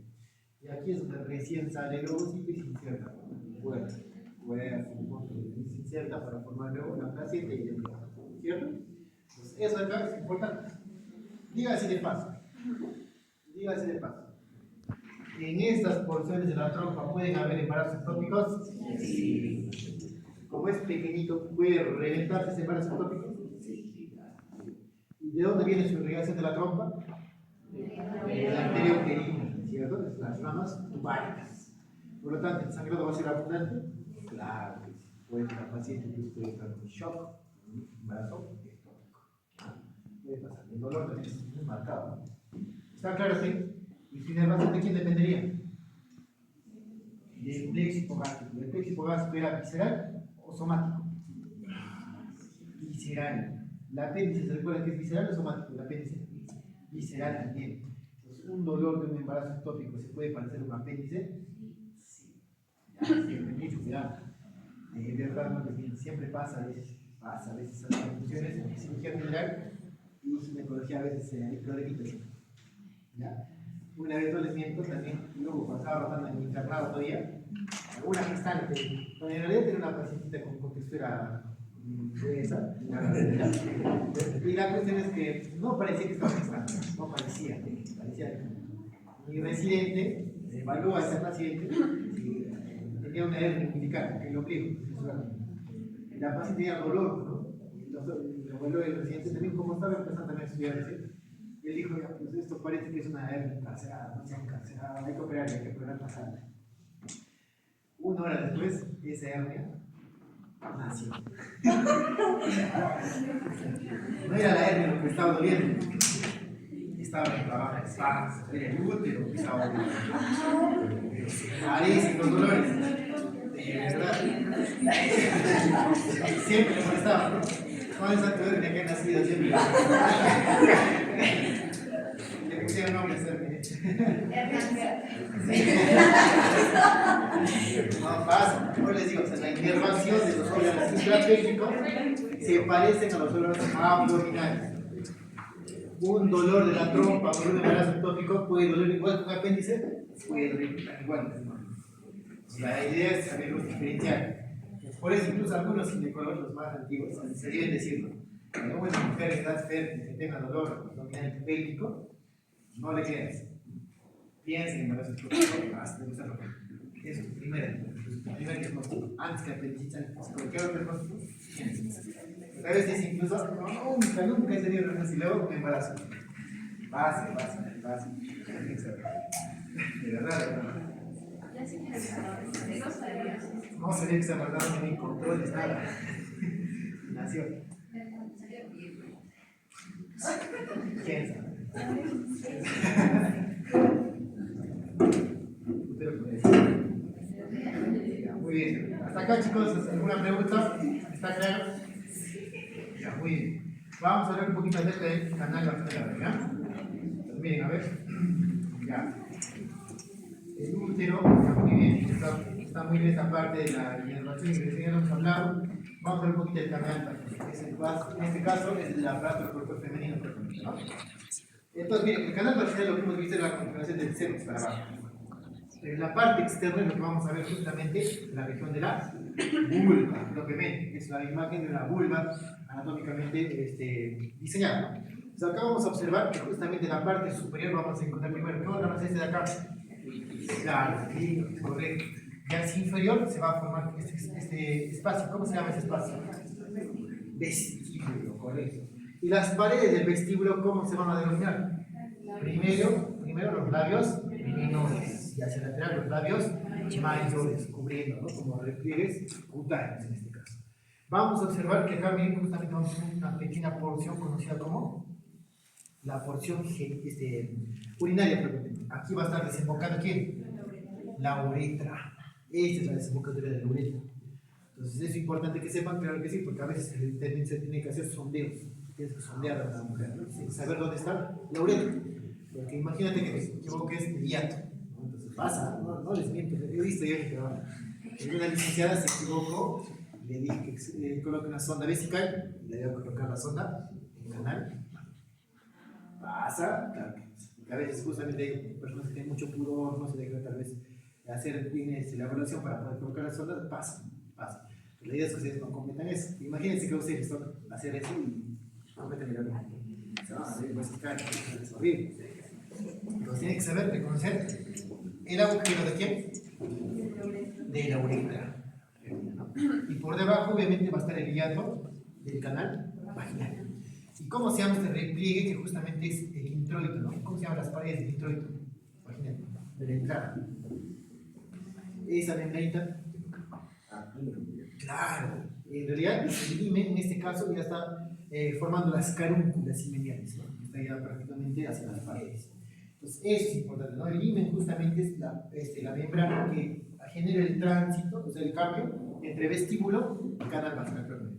A partir del himen se habla de ese cambio. ¿Ya? El himen es el punto clave en esa apartado. ¿Ya? Igual acá se observa, ¿no? Como el clítoris está en la parte superior, para abajo va a estar el hiato de la uretra y por debajo va a estar justamente el istmo, en este caso el introito vaginal, delimitado por el himen, ¿cierto? Y obviamente aquí vamos a observar los labios menores y para afuera los labios mayores. Dato importante, por eso esta imagen también, entonces lo he tomado acá. Entre los labios menores y los labios mayores, ven acá en este espacio, de aquí, he puesto hay dos dibujitos blancos al fondo, ¿cierto? Está incluso con las horas, ¿no? Está como horas. Está como horas. Es en relación a un reloj ahí, que marca horas. Así siempre hablan, pero siempre hablan horas. A las 5 horas se encuentra una glándula y a las 7 horas se encuentra otra glándula. ¿Qué glándulas son estas? Las glándulas de Bartholin. Las glándulas de Bartholin. ¿Cómo se llama también? Muy bien, vestibular. ¿Por qué este espacio cómo se llamaba? Vestíbulo. ¿Por qué son importantes estas glándulas? Porque dicen acá, como están en la parte externa, son muy susceptibles a infecciones. Y como son glándulas, tienen su conducto de drenaje. Y esos todos son pequeñitos, no son grandes, se observan fácilmente, son pequeñitos acá en los menores. Pues imagínense que con una infección o cuando hay un mal hábito higiénico tal vez, pues ahí es donde se obstruye y se dilata esta glándula y genera infección, se aglomera. Y a veces tienes que hacer un corte de ese nivel para poder drenar esa secreción. Y eso muchas veces en los bellos, en los puntos de salud se hace, no necesariamente lo tienes que hacer de corte, ¿ya? Para eso es justamente importante saber la inervación de esta región y también la irrigación. Porque imagínense que le dejo un vaso a sangrar, ¿no? Tienen que saber por dónde están los vasos y por dónde no. Ya está claro, estamos reconociendo acá las glándulas de Bartholin, que son justamente las glándulas vestibulares. ¿Ya? Está claro, ¿verdad? Muy bien. Observemos aquí. Además de las glándulas vestibulares que están cerca del hiato vaginal, también vamos a encontrar otras glándulas que son estas, que están alrededor de la uretra. Y esto en el anfiteatro sí se ve. Les recomiendo, si ustedes pueden hacer el estudio con los cadáveres femeninos, hay cadáveres que están cortados por la mitad. Se ve el canal vaginal, ¿cierto? Se ve también en la desembocadura de la uretra, así que revísenlo bien. Y al ladito de la desembocadura de la uretra van a ver que hay pequeños agujeros, así como poritos, pequeñitos. Se ve, ¿verdad? Se ve. Yo sí le he preguntado 2 veces. No sé si ahora les pregunten, pero se ve. Entonces, ya, ¿de qué agujero? ¿Qué glándulas? ¿Qué glándulas son estas? ¿Ya? Su nombre completo: parauretrales. Se llama así. ¿Por qué se llamarán parauretrales? Porque están alrededor de la uretra. Es fácil, ¿no? Regálame esa pregunta, si yo más adelante. Ya me voy a decir las glándulas parauretrales. Como tenía más de, para que no lo confundan. Y abajo, en la caja del vestíbulo, ¿quién estaba? Bartolino, las glándulas vesticulares. ¿Y quién estaba acá al fondo? Las glándulas de Cooper, no el Cooper, ¿no? Las bulboretrales están adentro, están en el piso, el profundo están eso. Pero afuera se van a ver las parauretrales y las vesticulares. Principalmente, ¿hay más? Sí, hay más. Esas dos son las más importantes. ¿Está claro? Muy bien. Pues una vez que recordemos esto, vamos a ver en esta imagen que es un corte transverso del canal vaginal. Eso es importante. Porque este corte justamente me ayuda un poquito a distinguir la irrigación de la inervación. ¿Ya? Entonces, cuando hacemos un corte del canal vaginal, vamos a observar que todo empieza ¿dónde? A nivel de donde estaba la membrana IMI, ¿cierto? IMI. Entonces, esta membrana que está tapando, ¿verdad?, todo el canal vaginal, pero cuando ya la mujer empieza su actividad sexual, etc., se destruye y se va justamente a la parte lateral. Pero no desaparece, sino quedan como unas carúnculas, como un repliegue ese nivel. Y eso le llaman carúnculas lineales. ¿Saben por qué es importante esas carúnculas? Por ese procedimiento que les decía explicado en el perine, la episiotomía, ¿se acuerdan? Que cortamos en el trabajo de parto, corta, ¿cierto? Hacia lateral, para que salga la cabeza del bebé, ¿cierto? Ya, esa episiotomía cuando haces, tú tienes que reparar, ¿verdad? Después de que nace el bebé tienes que repararlo. El problema es que como estás cortando músculos también, sangra. No sangra tanto, pero sí está sangrando constantemente, como que esté babeando sangre. No deja de parar, no para. Entonces, tú tienes que ver incluso el sangrado, tienes que saber cómo armar, porque eso te complica un poco, ¿ya? Y si no sabes armar, a veces suturas mal, no queda totalmente bien, queda desigual. Imagínate dejar a una mujer, o sea, justamente la región genital desigual. Es un problema, definitivamente. Y eso pasa. Entonces, la idea es que no quede así. Entonces, un punto de referencia que siempre los ginecólogos saben cuál es, el himen. Por eso el himen es importante. El himen a este nivel, ¿qué te permite? Te permite ser como guías. Ahí pones tu primer punto. Agarras los dos bordes del himen y lo juntas primero eso. Al juntar las carúnculas himenales, recién armas para adentro y armas para afuera. ¿Te das cuenta? O sea, eso también es un punto clave para poder hacer tu sutura. Ahí es importante. ¿Ya? Pues a partir de este punto, además, sabemos que todo lo que está por dentro es canal vaginal y todo lo que está por fuera es el vestíbulo. ¿Cierto? Muy bien. Ahora, el canal vaginal en su tercio superior, ¿por quién lo formaba? Los conductos de miótica. Ya está.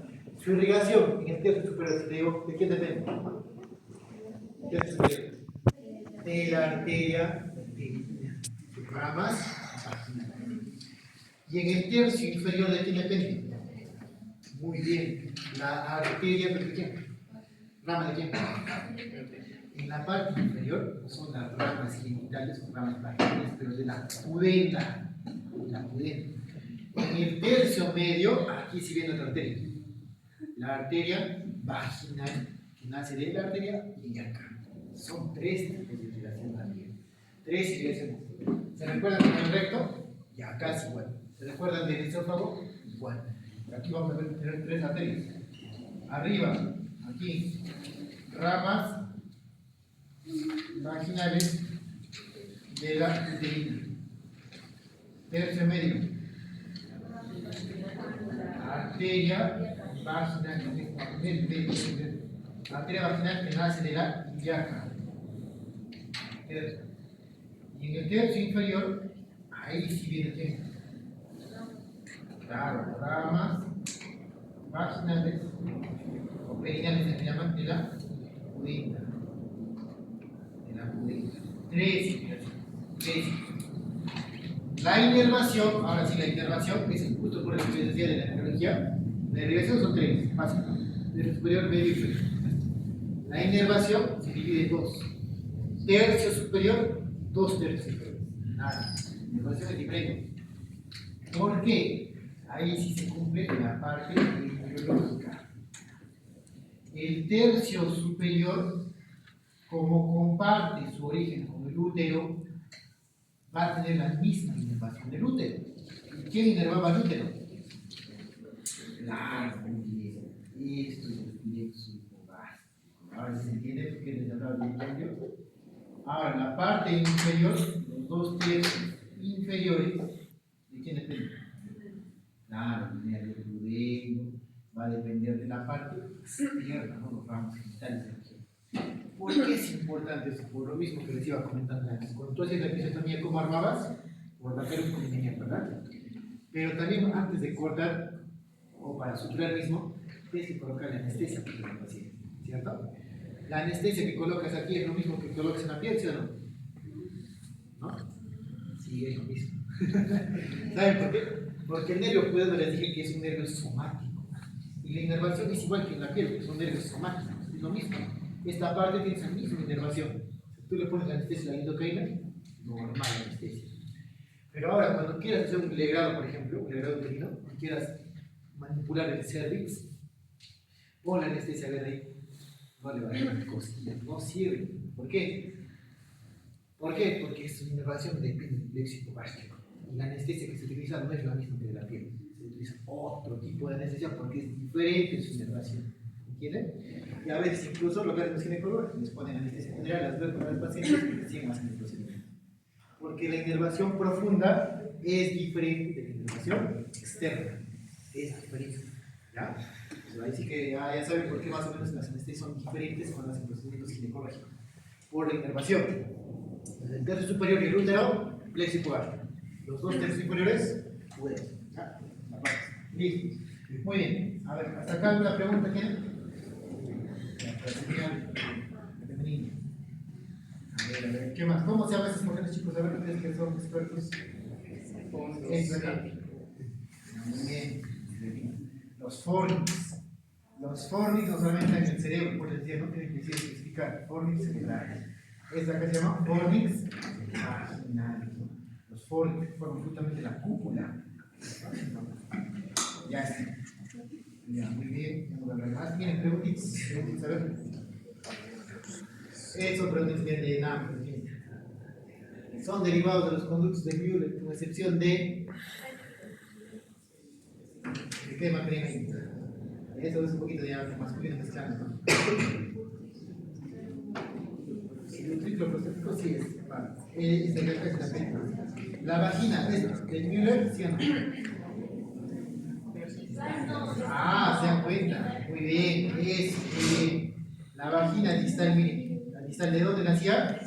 El seno genital. ¿Se dan cuenta? Por más que no sepan los demás, contar que tengan idea de uno, ya pueden responder fácil. ¿Cierto? Miren, las trompas uterinas nacen de los glúteos de Müller, claro. El útero prostático, claro, es un remanente. El apéndice testicular también es un remanente. Los de Müller, porque queda de varón como una psicología. La idea ya te demuestra igual, ¿no? Pero miren, la que no es la vagina. La que sí es la vagina próxima. Otra pregunta, mira, a ver. El órgano genital que se origina de dos estructuras emblemáticas distintas es la. Se recuerdan por tercios. Eso, ¿no? Ahora, otra preguntita, miren. ¿Cuáles son las arterias que irrigan el tercio superior de la vagina? Eso, muy bien. ¿Se dan cuenta? ¿Se preguntan eso? Sí, preguntan. Ya tiene un poco de tiempo. Otra, miren. ¿Qué estructura anatómica contiene la rama ovárica que proviene de la arteria uterina? También es el nombre. Ah, ¿se dan cuenta que están expertos? ¿Suspensorio propio? Propio, eso. Así es. Pues ustedes tienen claras estas imágenes que hemos hablado. Fácil. Ya está, miren. A ver, ahora un poquito vamos a hablar de masculino y cómo terminamos. Ya está. clase ya nos vamos a volver entonces. Examen. En recuperación. Siguiente mes. Y ustedes, niños. Miren, vamos a ver. ¿Qué es lo más importante de la parte reproductiva? Ya esta parte de, ya corresponde a histología, seguro que lo van a estudiar la parte profunda de los lóbulos testiculares. Lo que a mí me interesa en cierta medida es que aquí, una vez que sale, bueno, el testículo tiene sus lóbulos, sus conductos propios, ¿qué conductos salen de acá del testículo propiamente? ¿Diferentes o diferentes? Ah, muy bien. ¿Y esos conductillos a dónde llegan? ¿Qué es el red de testis?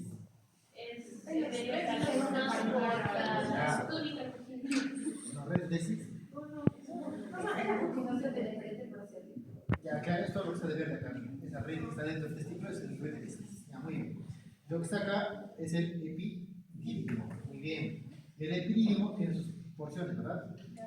Cabeza, cuerpo y su colita, ¿cierto? ¿Y la colita dónde se va? Conducto deferente. ¿Y por qué es importante el conducto deferente? Ya uno, porque lleva los espermatozoides. Muy bien. ¿Y qué más? Porque acá se puede hacer el corte, ¿no? ¿Cómo se llama ese corte? Vasectomía, no vasectomía, vasectomía. Vasectomía es de los vastos del músculo cuádriceps. Vasectomía, ¿no? Acá se puede hacer la vasectomía. Te pregunto entonces, la que se sigue la vasectomía es conducto deferente. Muy bien. Ahora, el conducto deferente tiene sus porciones, ¿sí o no? Sí. Ya, esta imagen me sirve para eso. Bien. ¿Cuáles son las porciones del conducto deferente? Pregunta a nivel ángel. Tiene una cavidad, tiene una Ya, miren, Rubier también lo habla. ¿Cómo se llama esta porción? Escrotal, muy bien. ¿Cómo se llama esta siguiente porción? Naranja. Funicular. ¿Cómo se llama la porción que se mete al conducto inguinal? Inguinal. ¿Cómo se llama la porción que se va a meter hacia la próstata? Pélvica, muy bien. 4 porciones. Algunas literaturas dicen hasta 5. Pero con 4 es suficiente. Escrotal, funicular, inguinal y pélvica. Acá pueden ver 4. Se ponen los 4 es importante. ¿Por qué es importante saber las 4 porciones del conducto deferente? Porque en una de ellas se puede hacer una vasectomía. ¿Qué porción? Muy bien, en la funicular. Y a veces en la escrotal se puede hacer, pero más en la funicular, ¿ya? Antes de que se mete en el canal inguinal. Y es importante. El escrotal obviamente está dentro del escroto. La parte funicular que es en la raíz, acá cerca del orificio del canal inguinal, del orificio externo. Y cuando se meta todo el canal inguinal, ya esto es la porción interna, hasta que sale por el orificio interno, ¿cierto? Y luego va a recorrer, justamente rodeando la vejiga, para encontrarse con la vesícula seminal y encontrarse con la próstata y la uretra. Pues ahí es donde tiene su porción. Bien. Muy bien, ¿está claro hasta ahí? Ya, eso es lo importante que sale de ese conducto. Tiene su irrigación, la arteria diferencial, ¿no? A ver, vamos a ver. Están cansados, creo, ¿no? Vamos a hacer un poquito más rápido. A ver, lo puntual. Aquí, miren. ¿Qué arteria es esta de acá? La que está llegando justamente a la testículo. La arteria testicular, ¿no? Va a tener sus ramitas acá, justamente para el epidídimo también, ¿no? Y además, una vez que esta arteria uterina va a irrigar, lo que va a formar. ¿Qué es esto? Claro, son los plexos venosos, ¿no? Que van a formar venas testiculares. Y esa anastomosis se va a llamar plexo pampuliforme. Y este plexo es el que se dilata para formar el várico serio. Es muy bien cuando se dilata de forma patológica. Ya eso es importante. Y obviamente parte del cordón espermático, ¿quiénes van a constituir? El conducto deferente, la arteria testicular, van a estar las venas testiculares junto con el plexo pampuliforme. ¿Ya? Muy bien, ¿qué más tenemos que saber? Aquí, miren, vamos a revisar. La vejiga, ¿verdad? La vejiga estaba aquí bien bonita, tenía su conducto que sería, ¿cómo se llama este conducto? La uretra. La uretra, ¿ya? Y la uretra también a este nivel está recibiendo este conducto. ¿Cómo se llama este conducto? No es el diferente. El diferente llega hasta acá, el diferente llega acá, ¿cierto? Y se va a unir con la vesícula seminal. Y se forma un conductito acá, muy bien, eyaculador. Es el conducto eyaculador. No confundirse. El eyaculador es justamente este pequeño conducto que está formado por la seminal, y el deferente. Y es el que se une a la uretra. Ya, la uretra. En este caso, la uretra está acá, justamente vamos a ver en sus porciones. ¿Cómo se llama esta uretra que ustedes acá? Prostática, muy bien. ¿Qué otra cosa vamos a ver aquí? Membranosa. ¿Qué otra porción más tenemos aquí? ¿Qué más? Esponjosa. Muy bien, tiene sus porciones de uretra, claro que sí. ¿Qué porciones más nos faltan? ¿Qué porciones? Ya, muy bien, la uretra pequeña la parte distal, ¿no? Muy bien, tiene sus porciones de la uretra. Entonces, esas porciones de la uretra son importantes porque cada una de estas tiene sus relevancias anatómicas, ¿ya? A ver, ¿qué más? Acá, en la uretra, ¿qué es esto de los está rodeado? ¿Qué es esto de acá? Estoy dibujando como rojo. Ya, esta parte inicial, la parte más dilatada es el bulbo. Lo que está para adelante es el cuerpo esponjoso. Le llaman el cuerpo bulbo esponjoso, también le llaman, ¿no? Bulbo esponjoso. Lo que está acá arriba, el cuerpo cavernoso. En este caso van a constituir lo que es el pene, ¿cierto? Muy bien. Y el pene, la parte inicial, ¿qué estructura se forma acá? Glande, correcto. Y aquí va a haber una fosita. ¿Qué fosita está acá en la parte final de la circunferencia de la uretra? La fosa navicular, correcto. Acá va a estar la fosa navicular. ¿Y cómo se llama el repliegue cutáneo que protege esta región? Que protege al glande. Acá está. Prepucio. Eso no deben olvidar. ¿Por qué es importante el prepucio? Seguramente los cirujanos pediatras hacen muchas incisiones. El prepucio muchas veces hace un estrangulamiento acá al glande pineal. Y eso se llama fimosis, se estrangula. Y eso pasa a los niñitos, ¿no? Cuando están creciendo a veces se estrangula y no dejan el desarrollo normal del pene. ¿Ya? Y eso puede repercutir en infecciones, puede generar dolor, se hincha, es muy traumático. Pues ¿qué hacen a veces los cirujanos pediatras? Cortan eso. ¿Saben cómo se llama ese corte del prepucio? La circuncisión, que es históricamente conocida. En la circuncisión se cortaba el prepucio. ¿Por qué lo hacían históricamente? Para evitar la fimosis. Tenía un porqué, no tenía un porqué. ¿Ya? Pero ahora no es en todo. ¿Está claro hasta ahí, chicos? Más o menos. Es un repaso escuchar lo que. Acá ven, otra cosita que también preguntan en los exámenes. Esto aquí. El prepucio es todo este repliegue cutáneo, ¿cierto? Y acá tiene su frenillo, ¿verdad? Pero a veces pueden haber unas pequeñas granulaciones en la base, en la unión. Esta unión, ¿saben cómo se llama esta unión? Todo eso se llama la unión balano, la parte del glande se llama balano y el prepucio, la unión balano-prepucial. Este surquito de acá se llama el surco balano-prepucial. Ese término es muy importante porque este surco balano-prepucial es el asiento de infecciones de transmisión sexual. Muy frecuente, ¿ya? Además, en este surco también, ¿por qué es muy frecuente que se infecte? Porque va a haber unas glándulas, esas glándulas prepuciales o balano-prepuciales también llamadas. ¿Saben cómo se llaman su epónimo de esas glándulitas? Las glándulas de Tyson. Las glándulas de Tyson, vamos a empezar. Las glándulas de Tyson. ¿Por qué es importante las glándulas de Tyson? Porque tienen un producto. ¿Cómo se llama su producción? Muy bien, el esmegma. ¿Y dónde se encuentra el esmegma? En este surco balano-prepucial.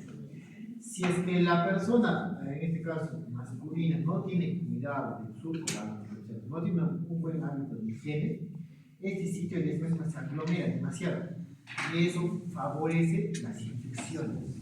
Que es importante. ¿Entiendes? Y esto mismo, imagínense que el prepucio no se pueda replegar, se queda acá adelante. El niñito.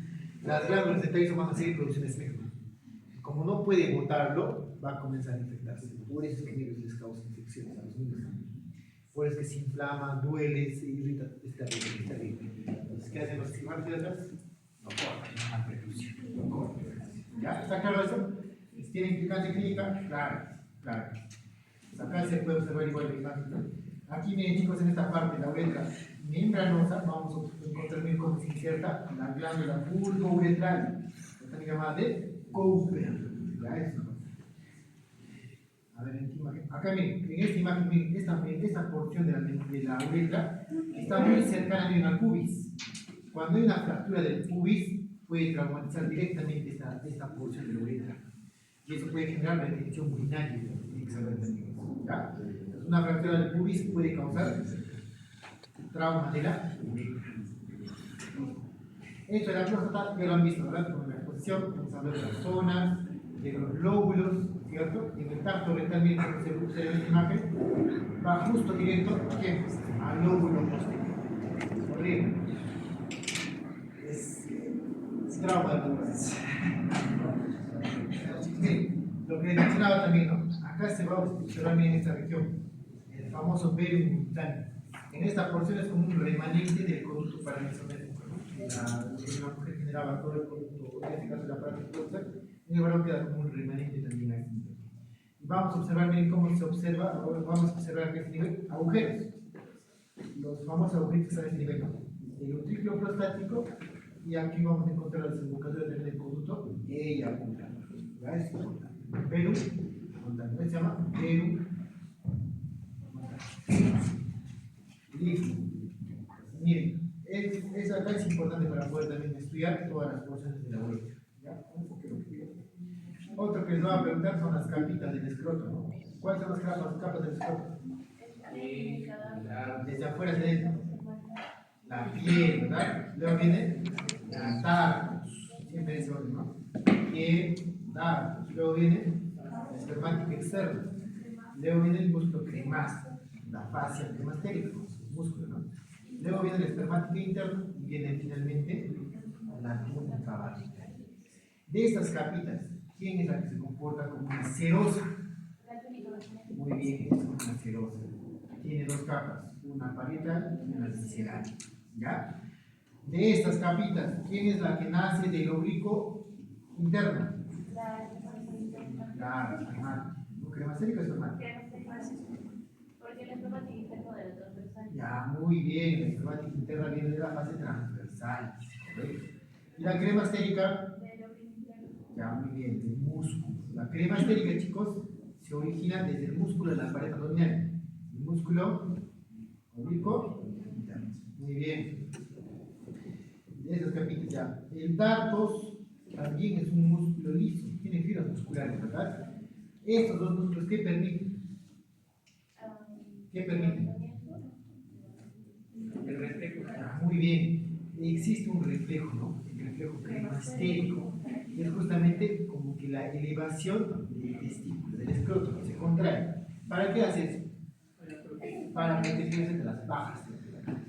Es un mecanismo de regulación. Entonces, cuando hay mucha temperatura de cambio de calor, ¿qué pasa? El reflejo cremastérico disminuye, se aburre, desaparece. Entonces, eso es importante. ¿Está claro más o menos? Ahora les decía que la serosa genera la túnica vaginal, y se observa esa manera. Se ve una capita pegada hacia el testículo propiamente y una capita hacia afuera.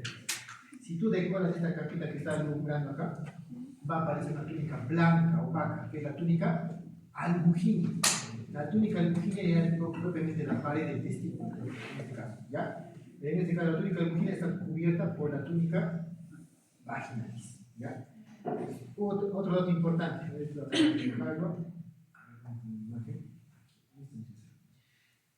bien, la túnica vaginalis en realidad es como una comunicación también, ¿no? Si les dije que era como una serosa, ¿con quién creen que se va a comunicar hacia arriba? Con otra serosa. ¿Con quién? Con el peritoneo.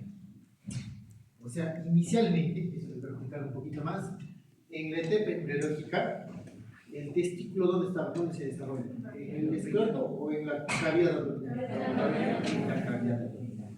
Y desde la cavidad abdominal desciende el testículo hacia la cavidad abdominal. Claro. Entonces, cuando desciende va a pasar el canal inguinal, ¿cierto? Pero al atravesar el canal inguinal es como que está jalando el peritoneo también. Claro, muy bien. Y acá mismo se va a formar otra cavidad que es la túnica vaginal. La túnica vaginal, embriológicamente tiene comunicación con el peritoneo. Pero ¿qué pasa cuando el testículo ya desciende a su lugar? Se cierra. ¿Cómo se llama ese repliegue?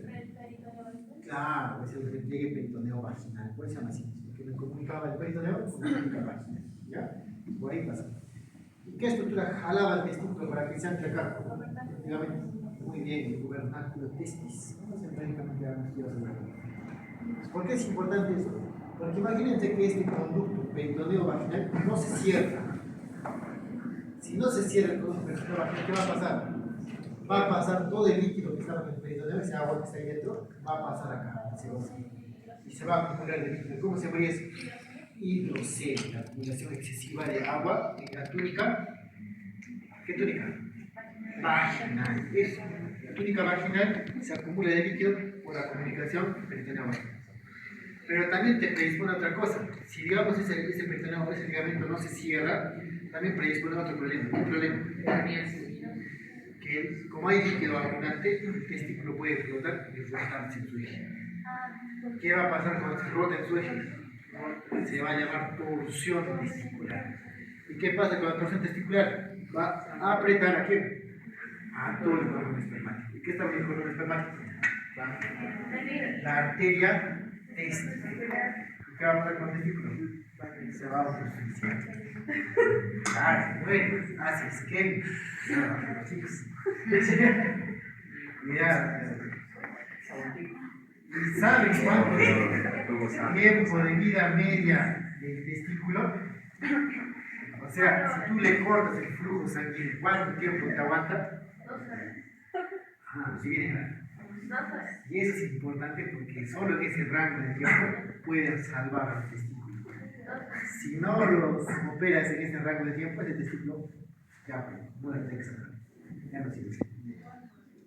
La palabra clave acá, ¿saben cuánto es? 6 horas. Un testículo sin flujo sanguíneo aguanta 6 horas. En 6 horas es testicular. Si alguna vez tú diagnosticas una torsión testicular, es una emergencia. No puedes dejarlo para el día siguiente, será una medida de evidencia. Ese lado tiene que operar. Tiene 6 horas de líquido. Después de eso, nada. ¿Está claro así más o menos la idea? Ya esta parte yo creo que puede ver con calma.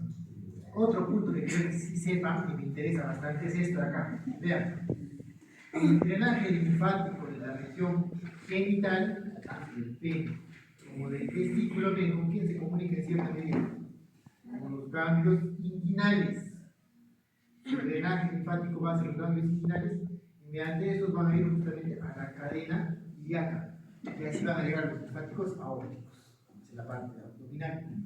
También puede pasar directo en la parte retropúbica, sí, pasa directo, pero también aquí.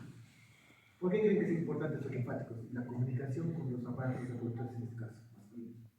También con los femeninos, con la vulva, también está igual, tienen su mismo lugar. ¿Por qué creen? Por las infecciones de transmisión sexual. ¿Alguna vez ustedes van a decir, un paciente con sífilis, una herida acá, ¿van a evaluar los ganglios linfáticos?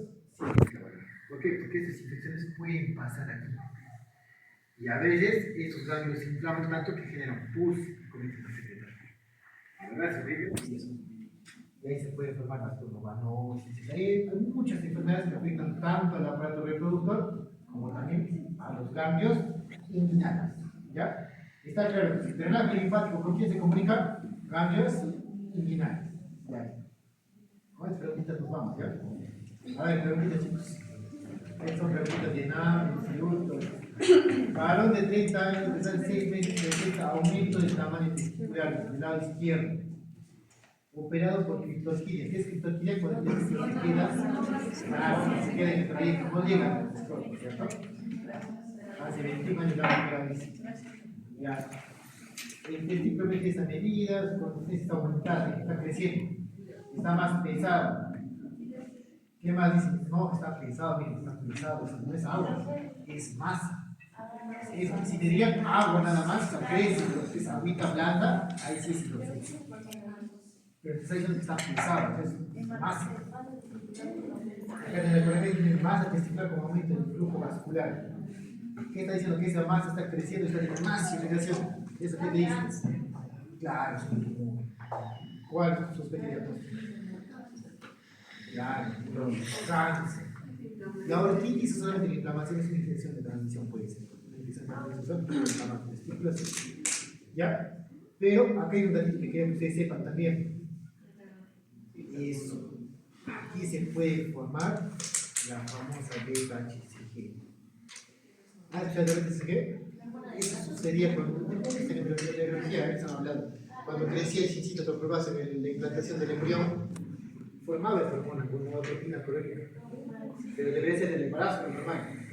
Imagínate gozar de eso mismo, pero un varón saldo positivo. ¿Está gestando? No, no está gestando.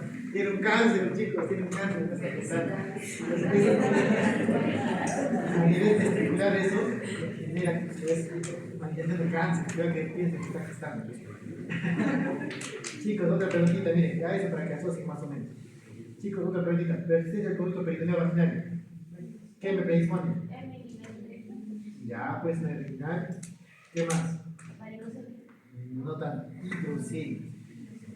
Acá debe ser una clave de poder ser hidrocelia, ya, muy bien. Pero, como esta comunicación también con el peritoneo, dije que también atravesaba el conducto vaginal, ¿qué también predispone? Herpes inguinal. O sea, solo este conducto peritoneo vaginal me predispone a hidrocelia, me predispone a herpes inguinales indirectas y me predispone también a torsión testicular. Ya, eso. Aquí miren cómo viene el curso por el conducto vaginal, ¿no? Por esa comunicación. Ya. Otra preguntita, a ver. Esto de acá puede pasarles a cualquiera. Por un golpe, jugando fútbol, una caída, etc. Escolar presenta bruscamente dolor en testículo derecho. Al examen, tumefacción. O sea, dolor inflamado. Dolor. Y te dicen el reflejo cremastérico. ¿Por qué es importante el reflejo cremastérico?